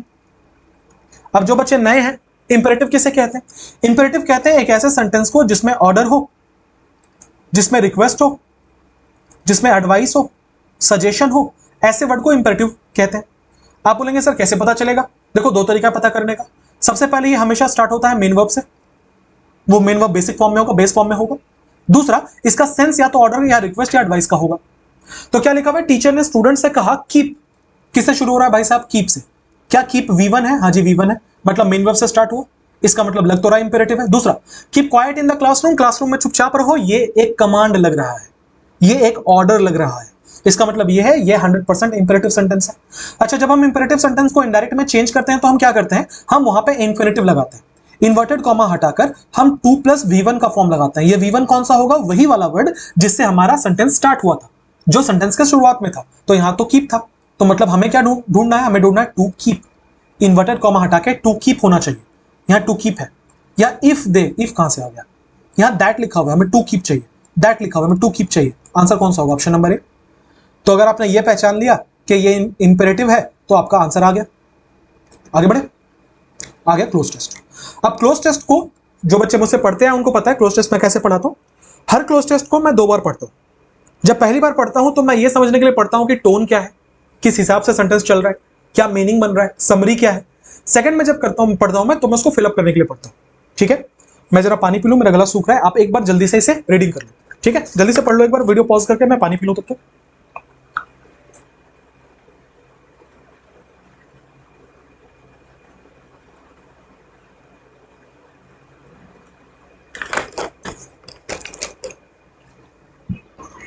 चलो, क्या लिखा था यहां पे, पढ़ते हैं एक बार। लिखा है कि there are no rules to tell us how we ought to behave और ought dash in all matters. Ought to मतलब होता है शुड, लूज टर्म्स में शुड समझना। लिखा है कि ऐसा कोई नियम नहीं है जो हमें यह बताए कि हमें कैसे बिहेव करना चाहिए हर मैटर में। But in some matters there are rules that all have to obey. लेकिन कुछ मैटर्स में रूल्स होते हैं जिन रूल्स को सबको ओबे करना चाहिए। If people disobey traffic rules, accidents will happen sooner or later। लिखा है कि अगर लोग डिसोबे करेंगे ट्रैफिक रूल्स को ना, तो एक्सीडेंट्स होंगे, अभी नहीं तो आगे, पर एक्सीडेंट्स होंगे। A driver may turn his vehicle suddenly to avoid a pedestrian and in doing so may knock dash someone else। लिखा हुआ एक ड्राइवर जो है वो अचानक से अपनी गाड़ी मुड़ा लेता है किसी पैदल चलते व्यक्ति को बचाने के लिए, लेकिन उस ऐसे में वो किसी और को नॉक डैश कर देता है। He may even dash control of his vehicle and drive over the footpath and knock down several people। लिखा हुआ है कि अगर वो, ऐसा भी हो सकता है कि इस करने के दौरान उसका कंट्रोल छूट जाए अपने व्हीकल से, और ऐसे केस में वो फुटपाथ पे चढ़ा देगा और नॉक डाउन कर देगा सेवरल जो पैदल चलने वाले लोग हैं उनको, अलग लोगों को। नॉकडाउन का मतलब होता है किसी को ठोकर मारकर गिरा देना। ठीक है, आगे बढ़ेंगे। All vehicles should keep to the left and leave the right on the road dash for those coming from the opposite direction। लिखा हुआ है कि हर गाड़ी को अपने बाएं साइड चलना चाहिए और दाएं साइड खाली छोड़ देना चाहिए उन गाड़ियों के लिए जो अपोजिट साइड से आ रहे हैं। This is the traffic rule in all parts of India. पूरे के पूरे भारत में यह ट्रैफिक रूल है। Drivers of vehicles should never dash to give the right signals because otherwise there is a great danger of accidents happening। लिखा हुआ है कि हर गाड़ी के जो ड्राइवर है ना, उनको कभी भी सही सिग्नल देना, डैश नहीं करना चाहिए, वरना बहुत ज्यादा खतरा है एक्सीडेंट्स हो जाने का। There are signals for turning right or left, for slowing down and for stopping and for letting another vehicle overtake yours। लिखा हुआ है कि सिग्नल्स हैं, डिफरेंट सिग्नल्स हैं जिनका इस्तेमाल ड्राइवर को करना चाहिए कि वो स्लो कर रहे हैं गाड़ी, वो दाएं मुड़ रहे हैं, बाएं मुड़ रहे हैं, रुक रहे हैं, या फिर अगर वो सामने वाली गाड़ी को कह रहे हैं कि तुम मुझे ओवरटेक कर सकते हो। तो इन सब के लिए डिफरेंट सिग्नल्स हैं, उनका इस्तेमाल करना चाहिए हर किसी को। ठीक है, ये पूरा का पूरा हमारा पैसेज था। पैसेज का टोन अगर आप मुझसे पूछोगे तो पैसेज का टोन नेगेटिव है। ठीक है, अब मैं आपको बताऊंगा कि इसको पूरा पढ़ने से क्या फायदा होता है, कहां स्ट्रीट स्मार्टनेस लगता है। आइए फिलअप करते हैं। लिखा है कि there are no rules to tell us how we ought to behave. कोई रूल नहीं है ये बताने का कि हमें कैसे बिहेव करना चाहिए और या फिर कैसे बिहेव नहीं करना चाहिए। सेंस तो यही है कि हमें ऐसा कोई रूल नहीं है जो हमें यह बताए कि हमें कैसे बिहेव करना चाहिए या कैसे नहीं बिहेव करना चाहिए। सो ऑट टू बिहेव और ऑट नॉट टू बिहेव, ये लिखेंगे ना ऑप्शन पे। Ought not behave to, behave to नहीं होता, टू होगा, टू के बाद बिहेव होगा। टू नॉट बिहेव, देखो यहां पे इंफिनिटिव को स्प्लिट कर दिया गया है। इंफिनिटिव को स्प्लिट करने का मतलब है कि पुरजोर कोशिश की जाती है इंग्लिश में कि जब आप इंफिनिटिव लिखो ना, फॉर एग्जांपल टू बिहेव, तो इसके बीच में कोई एडवर्ब ना डाला जाए। ऐसा कोई रूल नहीं है, ये लिखने का कन्वेंशन है कि बीच में नहीं लिखना चाहिए। अगर आपके पास ऑप्शन है कि आप इसको अवॉइड कर सकते हो तो अवॉइड किया करो। ठीक है, तो इसका मतलब टू नॉट बिहेव यहां पे हम अवॉइड करेंगे। अगर यहां पे नॉट टू बिहेव है जो कि यहां पे है, इसका मतलब ये आंसर नहीं हो सकता।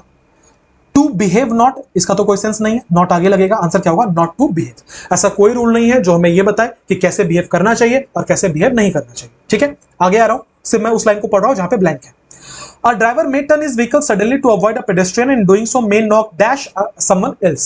एक ड्राइवर जो है वो अपनी गाड़ी को अचानक से मुड़ा सकता है और वो किसी पेडेस्ट्रियन को बचाने के चक्कर में किसी और को नॉक डैश कर सकता है।